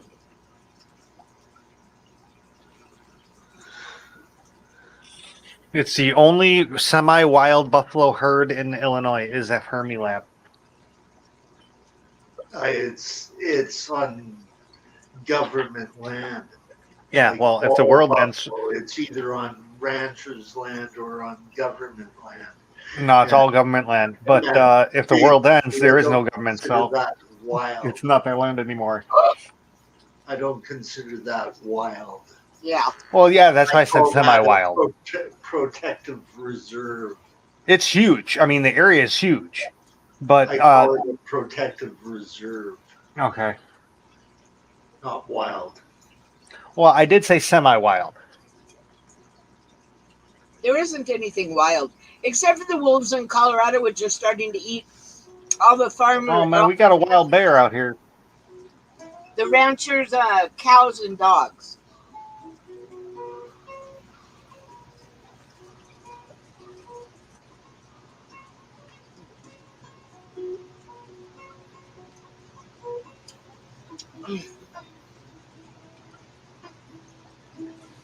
Just think, this is one of my last hot dog buns.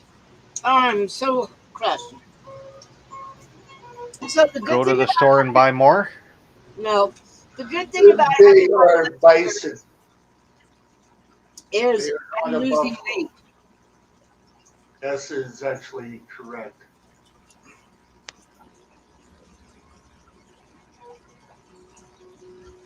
Yeah, you're right. Bison. My bad. And then you have beefalo.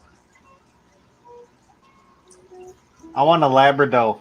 Yeah, A Labrador buffalo. the the wall is starting to screw up the return of the jaguars. Although there's not much wall in New Mexico. And there was some other migratory animal that it was starting to mess up. I think the wall was a stupid idea because you just put a ladder up and go over it. Yeah, I think they should mine the border. You put up a bunch of signs: minefield, do not cross.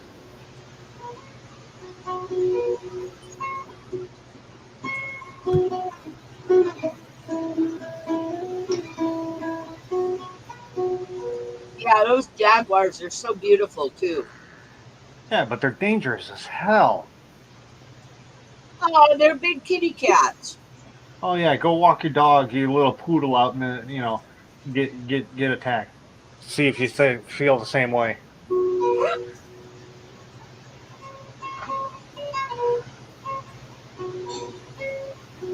Why are you We got to licking your... protect our people from the jaguars.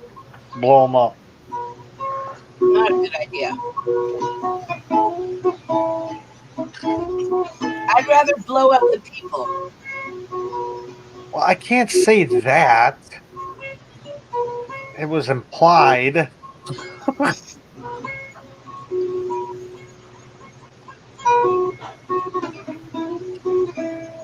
I still like my idea. I think we should get a big, one of those circus clown cannons. Now And that's a good idea, S. if they're found that they came here illegally, we fire them back. Put a little net up on the other side of the river. We've done so much damage to animals and insects, bugs, reptiles, and amphibians. Yeah, but they also do a lot of good, man. They did a bio blitz in Chicago. They found stuff they didn't even know was here. Yeah, but it's better, I think, if they don't know about it because then we can't kill it. Oh, yeah. Does anybody know what? Now I'll have to look.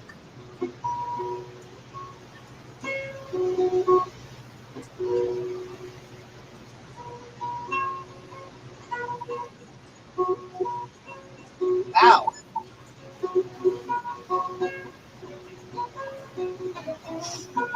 Oh, metal? Metal is pretty damn worth recycling because Yeah. it's easy to recycle.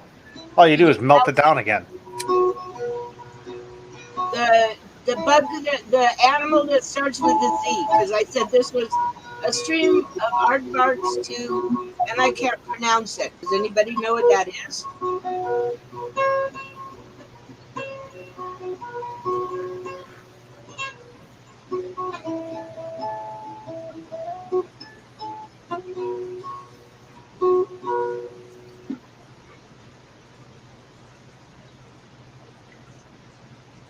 Beefalo burgers are just a little bit leaner. It's my friend Wes.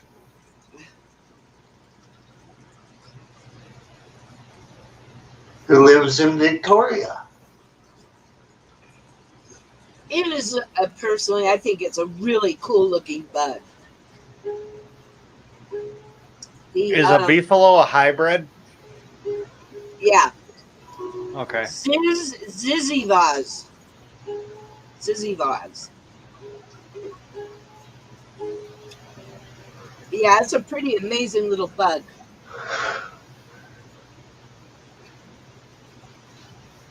What, you want my last bite of Polish sausage?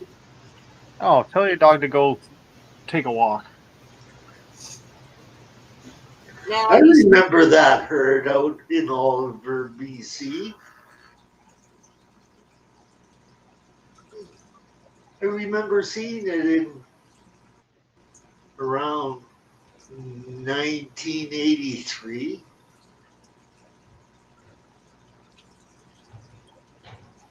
I remember those. Yeet, yeet, yeet, yeet. I just want a person. I remember that herd.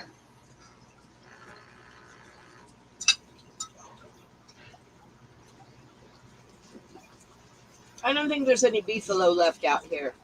We just have the bisons. Oh, there's lots of beefalo places. Where there's waves of creating hybrids, mankind does it. Yeah. I cannot believe I just won a purse. And some of them are very scary. Have you ever seen a liger? Yeah. They're huge. They're like monstrous. Now, that's a dangerous animal. Well, so is a tiger, but Yeah. that Well, one think it was yeah, but it's a like dog. But it's I'll tell you one thing: that tiger was not letting that snake near me, so I was happy for that. it's like the wolf dog hybrids. You never know what you're gonna get. And if you have wolves, you have to be the pack leader or you're SOL.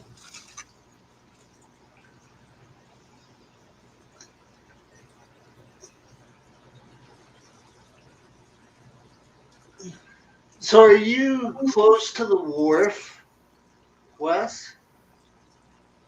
Are you down by that area in Victoria?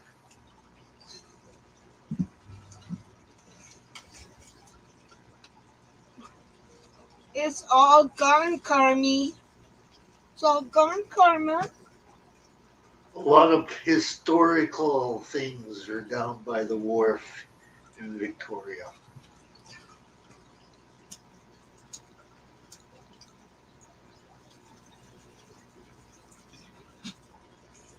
Oh, sweet. And it's a cruiser? Yeah. Ah. Oh, right on the harbor. That must be nice. I've been to Victoria, but I think I was like 7. When we lived in Washington, we went up to Canada a lot. Well, we used to hang out at the Lemmy Reservation. And my friend and I would dig clams and sell them to the tourists. They thought we were sisters.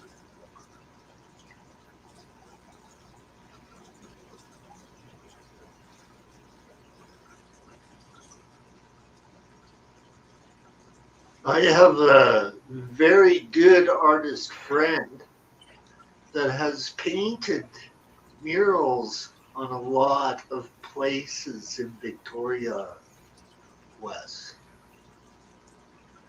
But he, as a painter, does not describe the actual buildings and their history of why he painted them there. Does that make sense?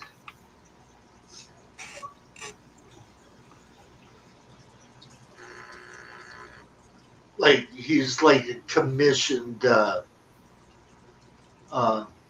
artist, not like a graffiti artist. Okay. Yeah, I had a friend in Colorado who was paid to paint murals and stuff on buildings and the dam commemorative um, murals. And he recently died. Well, my friend's getting up there in age. We're part of the old Wrong Crew of a band from Victoria, actually. Paul Archer is a great artist and he lives in Vancouver, Victoria. And I used to love your band, The Oldest Dirts.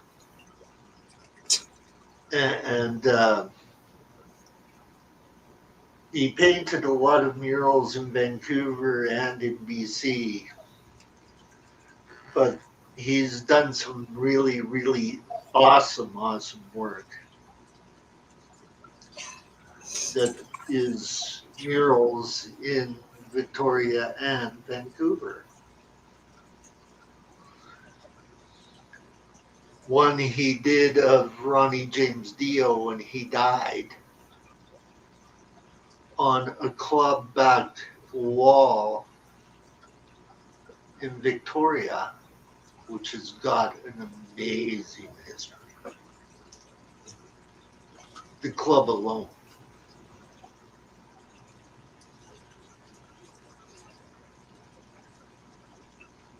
That would be cool to see. Yes. In person, not, you know. Well, you can see anything on the internet. Video I can get at any time. The video I worked as Paul's publicist. I'm allowed to use any of his art as long as I put art done by Archer, right? You know? It's not as, it's just cooler in person. Oh, I know. I guess, you know, because my mom paints and photographs and videos just don't. I mean, the stuff that she's doing now, there's no way to capture it on film.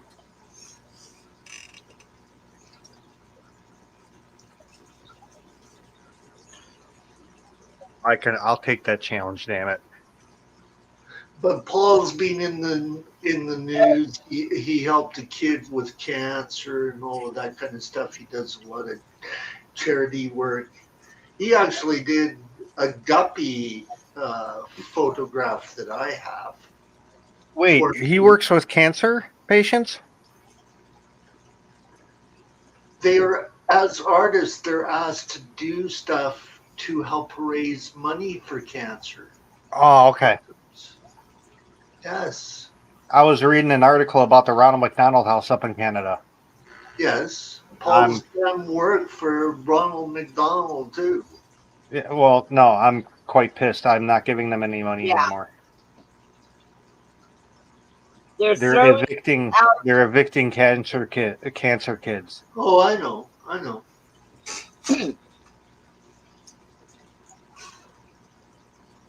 It sort of shows the mentality of the world. Yeah. It's all a part of. Did you see that one? It's a. I'll have to send you the video. That Viva Ferry, that lawyer guy. He covered it was a French Canadian TV show, and they're asking this like 5-year-old kid, what do you know about COVID stuff? His comment was, if I find someone that doesn't have the vaccine, I'm going to call the cops.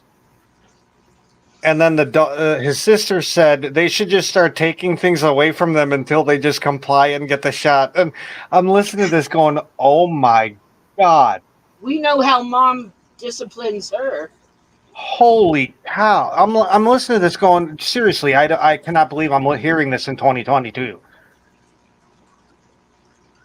Oh, my mom thinks that everybody who's non-vaccinated should be rounded up and put in the desert along with the homeless people.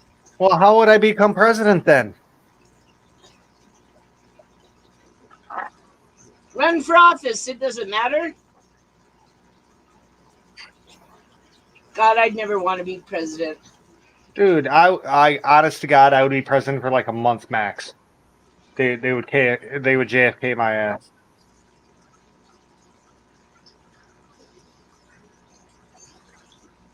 I'd be a well, let's see. 100 years ago would be, yeah, there weren't very 1922. paved roads out here either. 2020, 1922. You had you did have paved roads, but they were normally in like Oh, like Route city 66. area. Yeah, city area and major arteries. Well, we don't really have too many of those. Well, then again, Route 66 was. I mean, a lot of Route 66 was dirt still too. Yeah.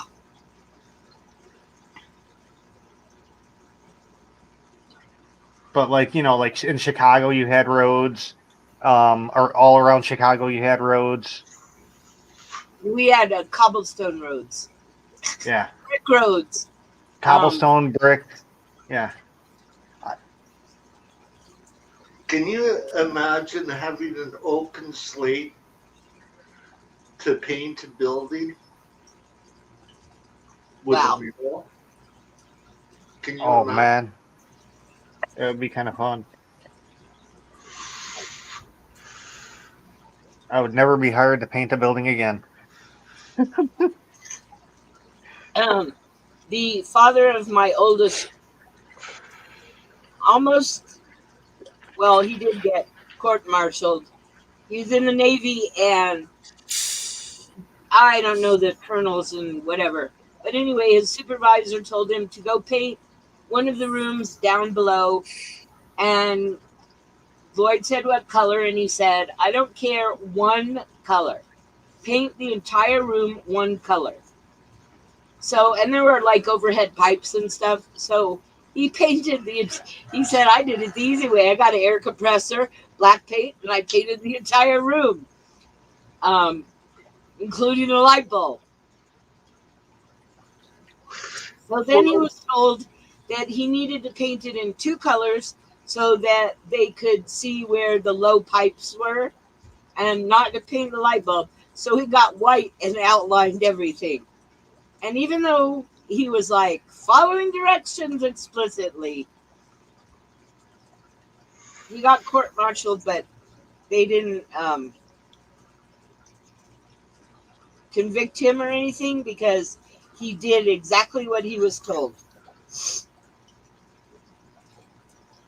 And I wonder why my son is such a butthead. Although now I have pictures of my son smiling now that he has a baby, something I haven't seen in like 30 years. It's kind of weird. It's like, no, I guess that's a big thing.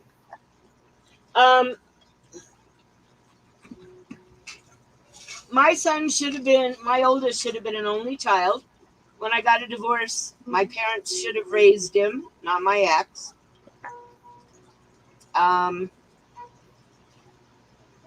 His brother and sister kind of talk to him when they have to. Nobody likes him. Or nobody used to like him, but I guess after having a kid, he's really changed.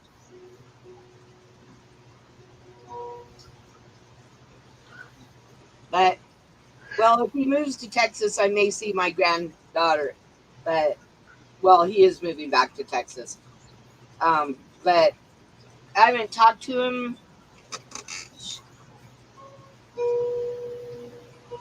probably about 8 or 9 years now.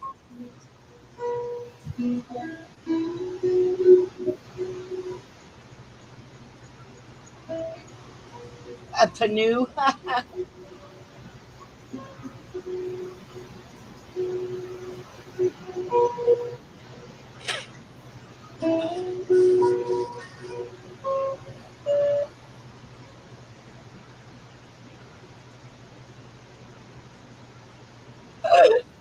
Dude, why do I have that one Hotel California song stuck in my head because of the guitar?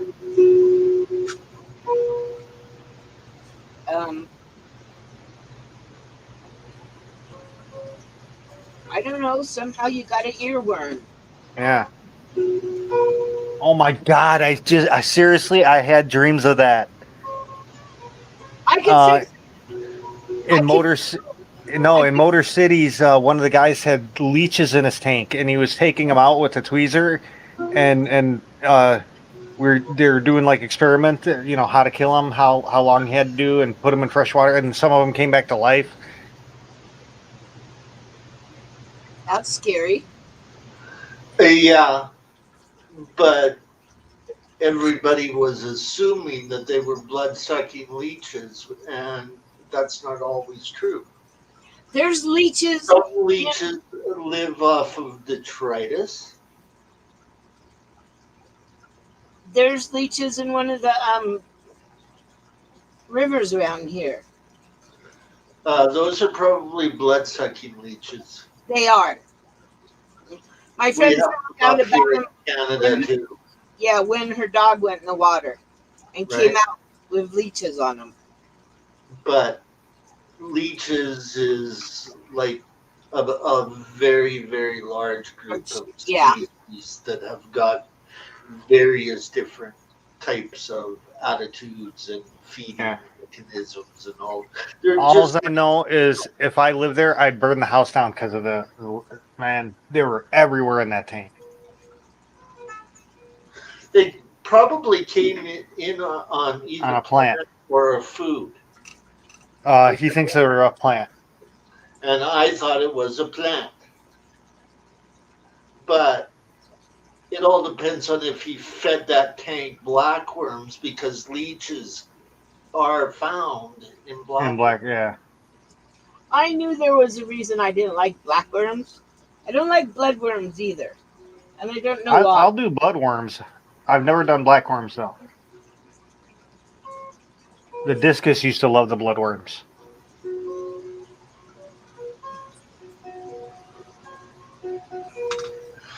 I like mices. Yeah, I gotta try those. Help BC with their invasive species program. It was ingenious how they set that up. The government pays for it not only at one end, but the other end as well. But they were the ones that introduced the mysis shrimp to the Okanagan Lake.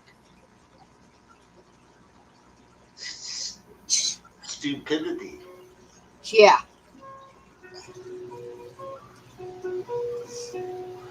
And believe it or not, that thing competes with all of the orchards and winemakers in Kelowna. They're considered one of the top businesses nowadays. Wow.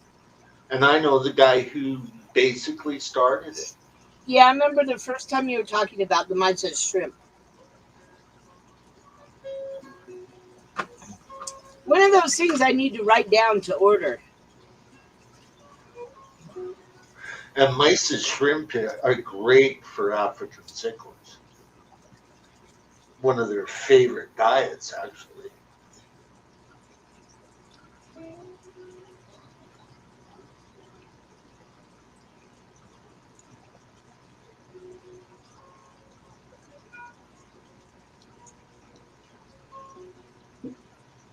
My cichlids seem to like the pond snails that are in the tank. Oh, they go nuts for those too. Yeah. There are a few species in Lake Victoria that actually are snail eaters. I had a couple. You don't have to crush them. They actually crush them themselves. I had some like ram snails that were big. Almost the size of a dime. And the coolie loaches sucked them out of their shells. That was pretty cool.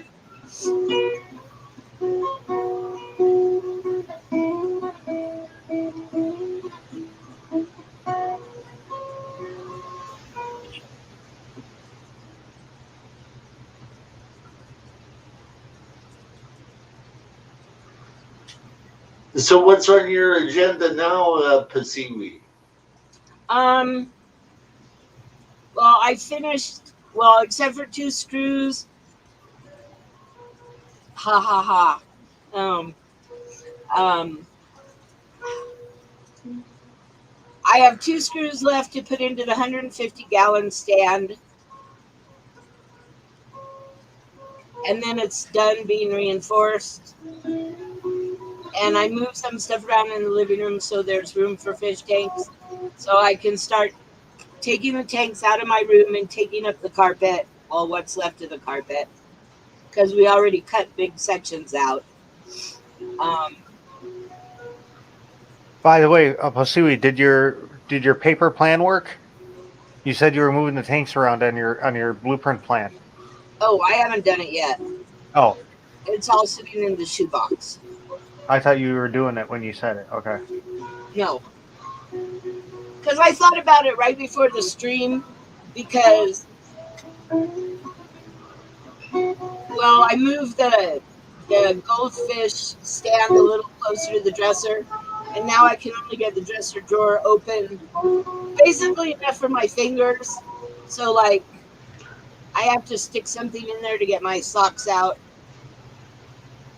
because my hand won't fit in there.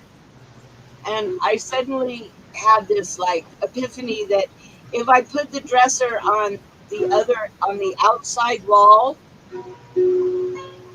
that's the one fish tank stand that I can get. That's nothing blocking it, and I can actually use it for storage. Um, so if I put my dresser there, it will boost the tank up higher by about 8 inches. But I'll be able to use my drawers. I'll just have to like um, tip Boogie's chair a little bit to get into the lower ones. Because until I find a smaller chair. But it's so much nicer when he has his own bed.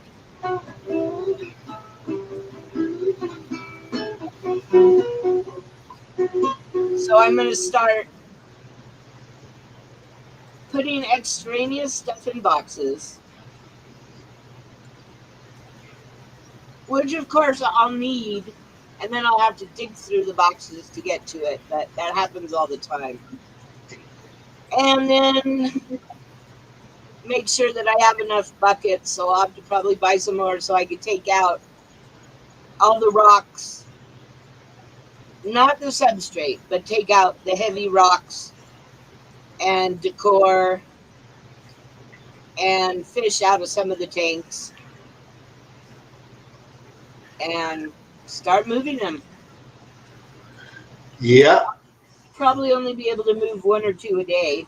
So it's going to be like half a month before. Well, if I take the tanks out of the middle of the room, that gives me space to move things around more easily. I've never had to tear down tanks where I lived. It's when I had to move. That's when I had to tear down tanks. If I have to move, I'm just buying all new stuff. Oh, I wish. Yeah. But I it's mean, the like, tanks I'll tank, but I seriously don't think I would pull all those cinder blocks out. Well, my big tank got sold with the house that my parents lived in. Like, there was no way that we were ever going to take that out of the basement because it was built in the basement. Oh, I was going to say you had to get it in. No, we built it in the basement. yeah, I was actually thinking of opening up my floor to under the house, but it's not as easy as it sounds just because of moving all the pipes around and stuff. Because I happen to be on the side of the house with all the pipes. Yeah, the big Woohoo. tank era where you It's kind of built the interesting. tank and then went, how am I getting this into the house? The only way you can get that in the house is build it in the house. Yeah, well, right now the 150-gallon is taking up most of the kitchen. Try a 240.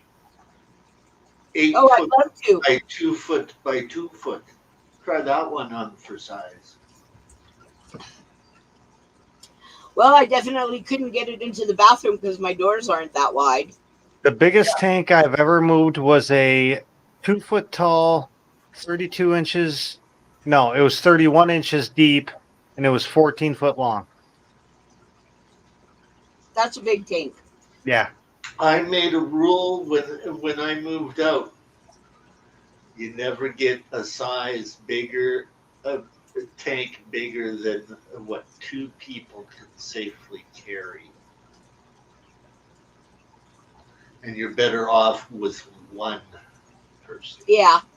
Well, you know, I No, because noticed something interesting. that eliminates anything bigger than 75. Generally, that's how I have been ever since I lived in apartments. Because I knew moving anything bigger was a lot of a heartache. Taking it upstairs and downstairs and through elevator shafts and all that Luckily, sort of stuff. I have a ramp into my house. Yeah. Yeah, luckily, when I get my 125, it's going on this main floor. It's going right behind me. But they didn't use the ramp. What they did was they took down some, because it's too hard to make the corner turn. So they just took out some of the railing and slid it out of the van onto the patio, which is kind of interesting. And his suggestion for moving it around the house is just get a bunch of PVC pipe and roll it around.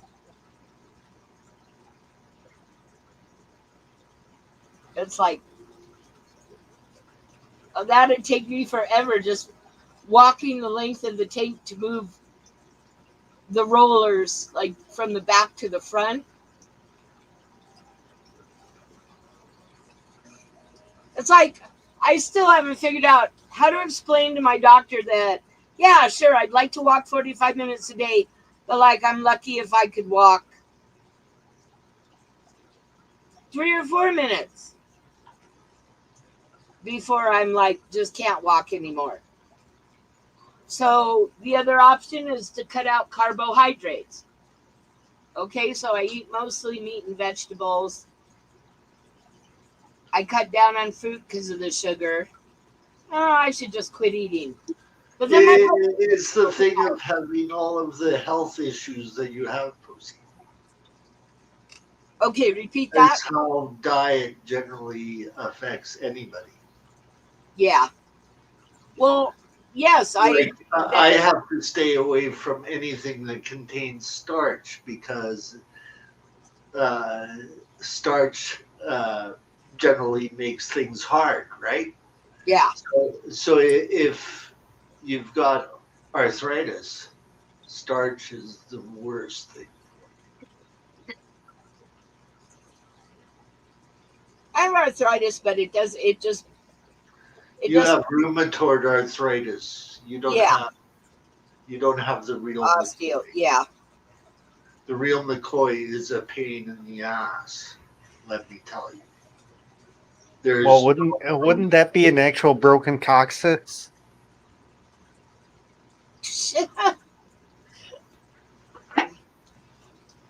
I don't think. Do you actually get arthritis in the tailbone like that?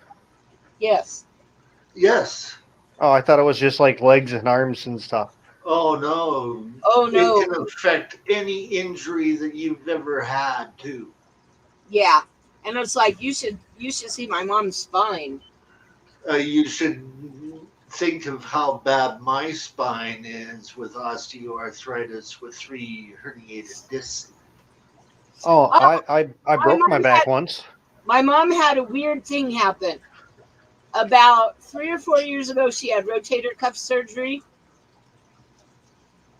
And about a week ago, she got literally, it's like 3/4 of an inch high. It looks like somebody put a marble under her skin. And right on top of her shoulder and it moves around, but it's like this hard bump. So it's not a lipoma. What could it be? She had some sort of, I forgot what they call it right now. Some sort of device they put in when they did her surgery that has come loose and moved to the top of her shoulder blade. Nice. Shit falling. See, that's one reason why I haven't got my knees redone. Shit You don't falls want off, your knees floating around? I'd be walking, my whole damn leg falls off or something. Oh, I should somehow post a picture of the prosthesis I have in my wrist. It is so cool. Oh, yeah. I mean, it's like they jammed it into my bone a good 8 or 9 inches, so it's not going anywhere. But Oh, jeez. You're making my knees literally cringe. So, No, so actually- did you see Jack? It literally had like a muscle spasm. So this did was you one of the happen to see least Jack and Dan's painful. video today? I'm sorry, what? Did you happen to see Jack and Dan's video today, Poeseewi? No, I haven't. I watched I think 2 videos today because I was busy moving things around, and it takes me forever. So I have to sit down and. Have you ever spent New Year's Eve in Las Vegas? No. Too many people.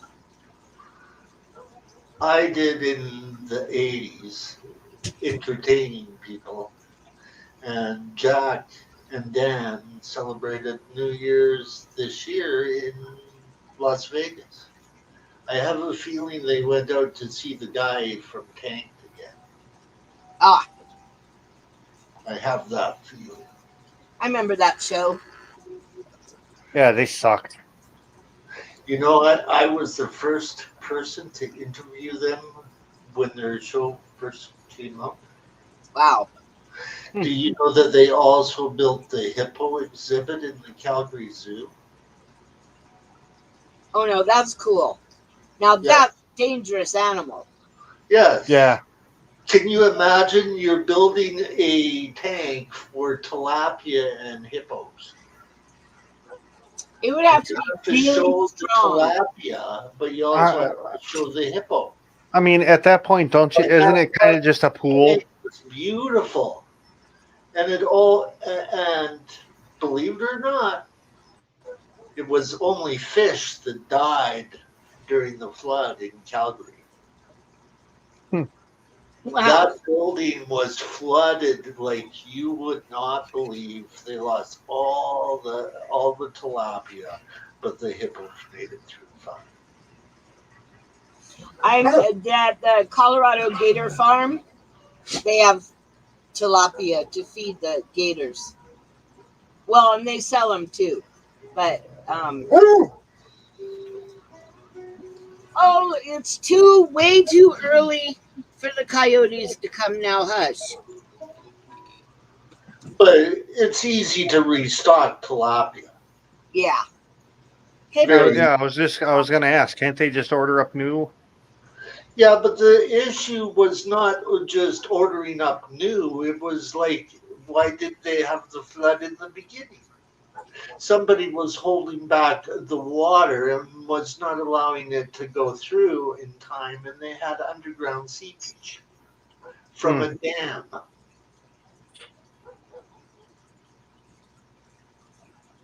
Like, the politics of that will go down in history in Calgary forever. I caught my first steelhead, actually my first fish, at Grand Coulee Dam.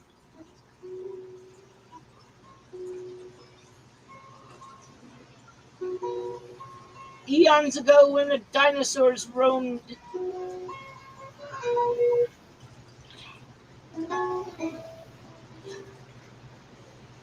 That's why I want the pandemic to be over so I can go up to Ghost Ranch and go out with a paleontologist and dig up the new dinosaur. It'll never officially end. Oh, I know. It'll never go away. We're stuck with it forever. Yeah. It's seriously going to be like a normal flu. We dig up dinosaurs. I like digging up dinosaurs. There's crocodiles in the New Mexico dinosaur, and they just found a new dinosaur that, well, as soon as things are more stable, they will let people go out. You have to make reservations, of course, but they'll let people go out to the site. And I already talked to the head of the dinosaur museum, and he said since I've been out on other digs that I qualified to go out on the new dinosaur dig. So you would know a person that I know then? Probably not. Have you ever heard of Ken McKeegan? Oh, okay, yeah. I don't know them, but yeah. Well, Ken is a member of the American Killifish Association, for one. For another, he is a paleontologist that found another species of Dimaphodon, which is not a dinosaur, but a prehistoric reptile. Yeah. Well, it's like that.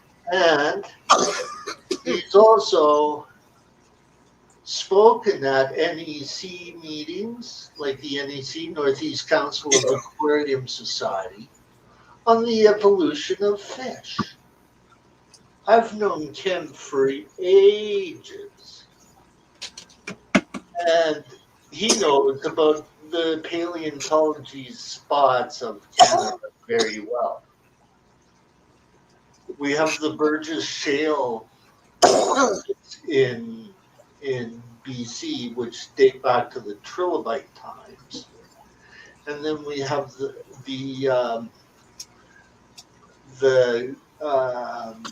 what's after Jurassic? Is it Cretaceous? Jurassic, Cretaceous, yeah. Triassic. The Triassic period. Okay. Which involves the Hydrosaurs, the Albertosaurus, the Edmontosaurus, Hydrosaur, and all of the various different Triceratops species of the Badlands of Alberta, which is considered one of the wealthiest fossil deposits of the world. There's a place when I went to Ohio, just outside of Cincinnati. There's a actual park there that you can go fossil hunting in, and I ended up digging up it's like a piece of flagstone, a thin piece like that, maybe a foot by 9 inches, just full of the clams. On I-70 at, God, I can't remember the mile marker. My kids and I went on a geological journey, and we stopped on I-70 in Nevada, and we spent about 7 hours on the side of the road where they had cut into the road, to go through a mountain, collecting fossils. Oh, that would be cool. With tons of flagstone with shells and plants, and my kids must have had like 4 or 5 backpacks full. I mean, they were just everywhere, and we just had a blast. But I've done a lot of weird stuff like that with my kids. Supposedly, local quarries are really good sources sometimes. Oh, well, when it rains, we go up into the haymeads and we can collect brachiopods, mostly brachiopods, shells. I've been collecting fossils for about 55 years. Wow, that was pretty long. I'm not that old. Really, I swear. I'm just not that old. Where did the time go? And I go to pick up these fish, and Olivia's like mid-20s. She has a 3-year-old and a 6-month-old. And she said, my parents used to say as you get older, time moves faster. And I never believed them, but it's really true. Did you ever Of find that? course it is. And I said, Parents lie to you. and it's like, Olivia, wait till you get to my age. Time really moves fast. You think your kids are going fast? Wait till your grandchildren are going fast. It's like, there's no way I can. Well, I have a 12-year-old, but I have like a 10-year-old grandson. His birthday Yeah. was 2 days ago, and it's like, oh my God. Yeah. Shit, Well, I just realized I've been living here for 10 years. you become eligible for to be a grandparent. It all depends on how quickly you yourself multiply. Yeah, well, I waited till I was 26. My daughter waited till she was 26. So it's like, we're sort of, as my second son called me up and said, Mom, I have some news. And I said, okay, who did you knock up? And he goes, no, no, no, I'm getting married. Then we're going to have children. I was like, Well, think of it this way. what a concept. My sister made me a great uncle at the age of 12. Her grandchildren are like in like her granddaughter is like 20 years of age. My sister No, that doesn't. Yeah, that wouldn't be a great uncle. That would No, just be an uncle. no grandson. grandson You said your sister. made me Son basically a great uncle. with her baby. Yeah. If With your her baby. sister had a kid, you would be just an uncle, not a That's great how uncle. it would Yes, well, yeah. I became a great uncle when that kid grew up. Well, I know people who've had kids at 16 and their kids, Yeah. it's like It's 32 ridiculous. years old and you have grandchildren. It's like, okay. Like I'm at that age to have great grandkids. My dad said having grandkids, it's great. It's just when you realize that your baby girl is a grandma that's scary. Exactly. Exactly. It's like, wow, I'm not 3 years old anymore and cute and sweet.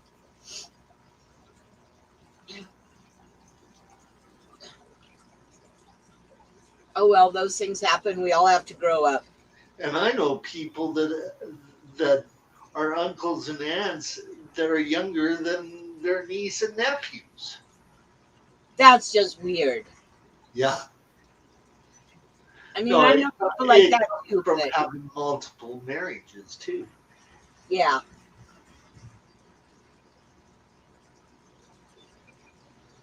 Yeah, my parents were going to get a divorce about probably 30 years ago. My brother and I talked him out of it because we didn't want to be the product of a broken home. We should have let him get a divorce. Yeah. Sometimes you're better off that way. Well, it's like my kids never understood. And I said, what, you wanted to grow up in a house where your parents are fighting all the time? Or your mother's just not around because she can't stand your dad? It does make for an interesting, experience. Well, I always thought I grew up to leave it to Beaverland.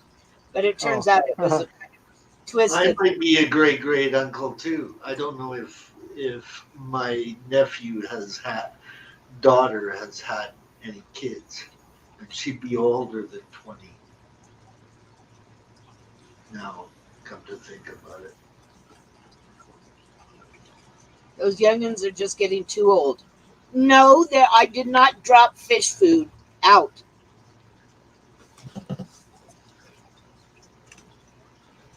Dogs love fish food. I wonder if they'd like vinegar eels. I doubt it. My dog eats pickles,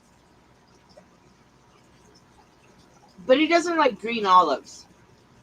It's one of the few things he won't eat.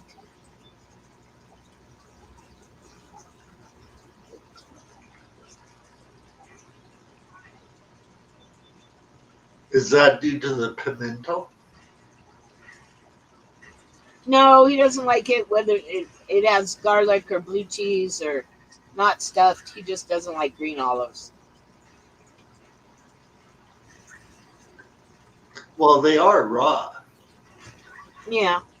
Green olives are raw. Like, they are not, like... Cooked. No, green olives are like a seed. Like, it hasn't... The fruit hasn't been Ripened. aged. Like, it's in the state of growing. Yeah. Okay? Like, it's not like a black olive that is ripe. Does he like black olive? I don't think I've ever tried that. I know, well, on a pizza. Because it would be like a ripe fruit, right? Whereas a green olive is not, it's not ripe.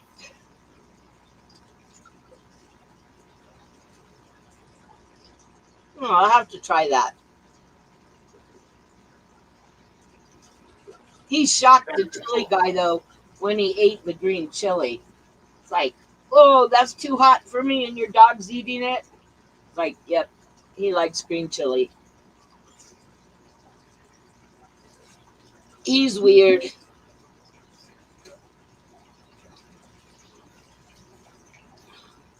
Okay, you guys, I have a doctor's appointment tomorrow.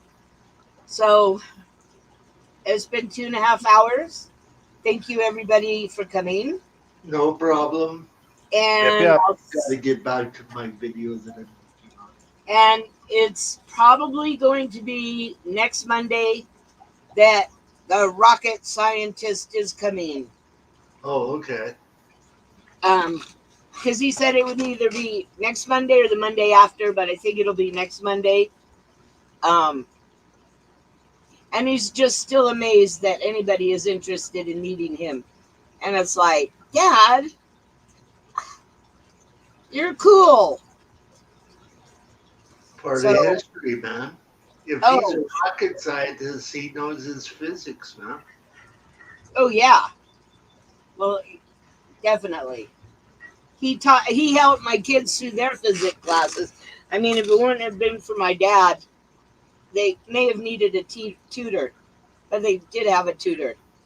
Just well, don't have physics was my first subject. Yeah, I just realized we're gonna have someone on the stream that's even smarter than Chewy. I mean, how that's just, it blows my mind. Oh, I don't know about that, but he's really cool. There's lots of intelligent people out there, man. S is very intelligent, man. Does a lot of studying. It's what makes you intelligent. Mm-hmm. Yeah, I would have stayed in school forever if I could have. As it is, I just have to research stuff on my own. No curriculum. I can study whatever I want. No, you can't go to school nowadays. You got to do it online. Well, in New Mexico, you're entitled to a lot of stuff due to the way that they license their university. And now the governor. It's very cool. Arizona is not. Free school. Yeah. Well, no, that's not. It's not free. Someone's paying for it. The state. Well, that was set up by how New Mexico started in the country, and they've been very successful at it. And they're making a lot of money. The Northern New Mexico University put in solar panels, and they're actually making a lot of money now. Mm-hmm. So they're thinking of refurbishing the El Rito campus and reopening some of the classes. They used to have the best wildfire firefighting courses in the country. Yeah. And they're thinking of reopening the school for it, since they now have the money to refurbish the school.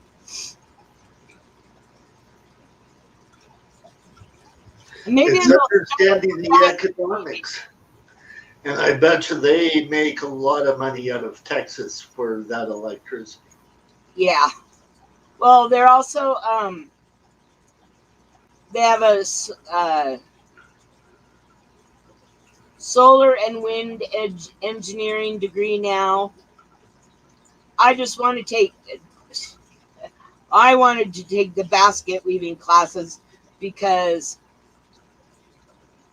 and it was one of the few classes that had like a pretty hefty lab fee because they get grasses from all over the United States. So when they taught you how to weave native baskets, you were using the material that's native to the area.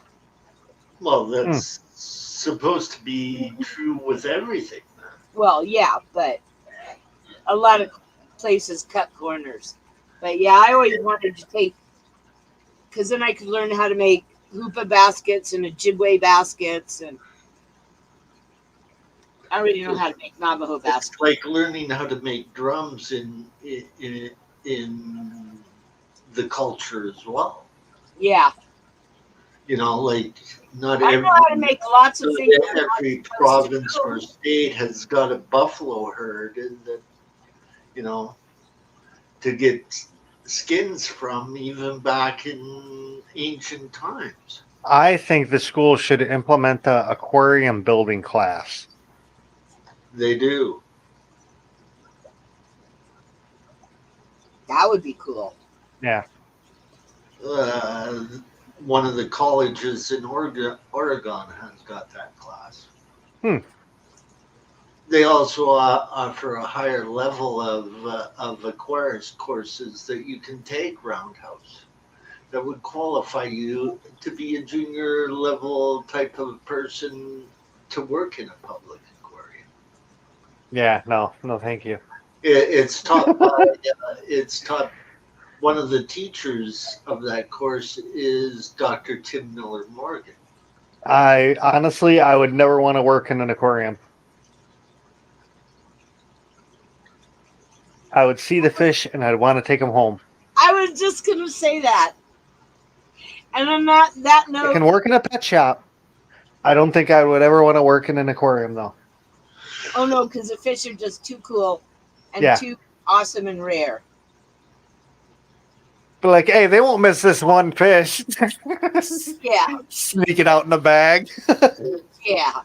You'd be surprised what guys in the no, my friend who works at the aquarium in Albuquerque says you get over that really fast, and you learn that culling is necessary. Yes, there's a lot to it, man. Yeah. But you would be surprised what guys who have worked or still work in the aquarium industry have got in their tanks. The access, perhaps in some ways, is better. Yeah. Perhaps. I want this black tip shark. The importers are still paying everything. Hey, look, my hands got bit off. It's just that the aquariums and zoos have got budgets too, right? Yeah. Oh, I would so snag an Orbicus bat. The black with the orange stripe.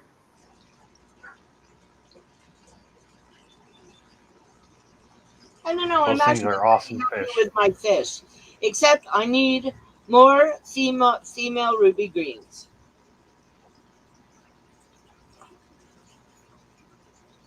Someday. Have you contacted anyone from GCCA yet? They could probably get you. They could probably help you. Yeah, it's on my list of a million things to do. You know. In fact, if you go to their site and sign up for their like free account, you can look at their classified section. They might be in there. You never know. That's a good idea. Okay. All right. Thank you, everybody, for coming. And I'll see everybody hopefully on next Monday. And I guess that's it. Have fun, y'all. Yeah. Enjoy and stay safe. Yeah. Always.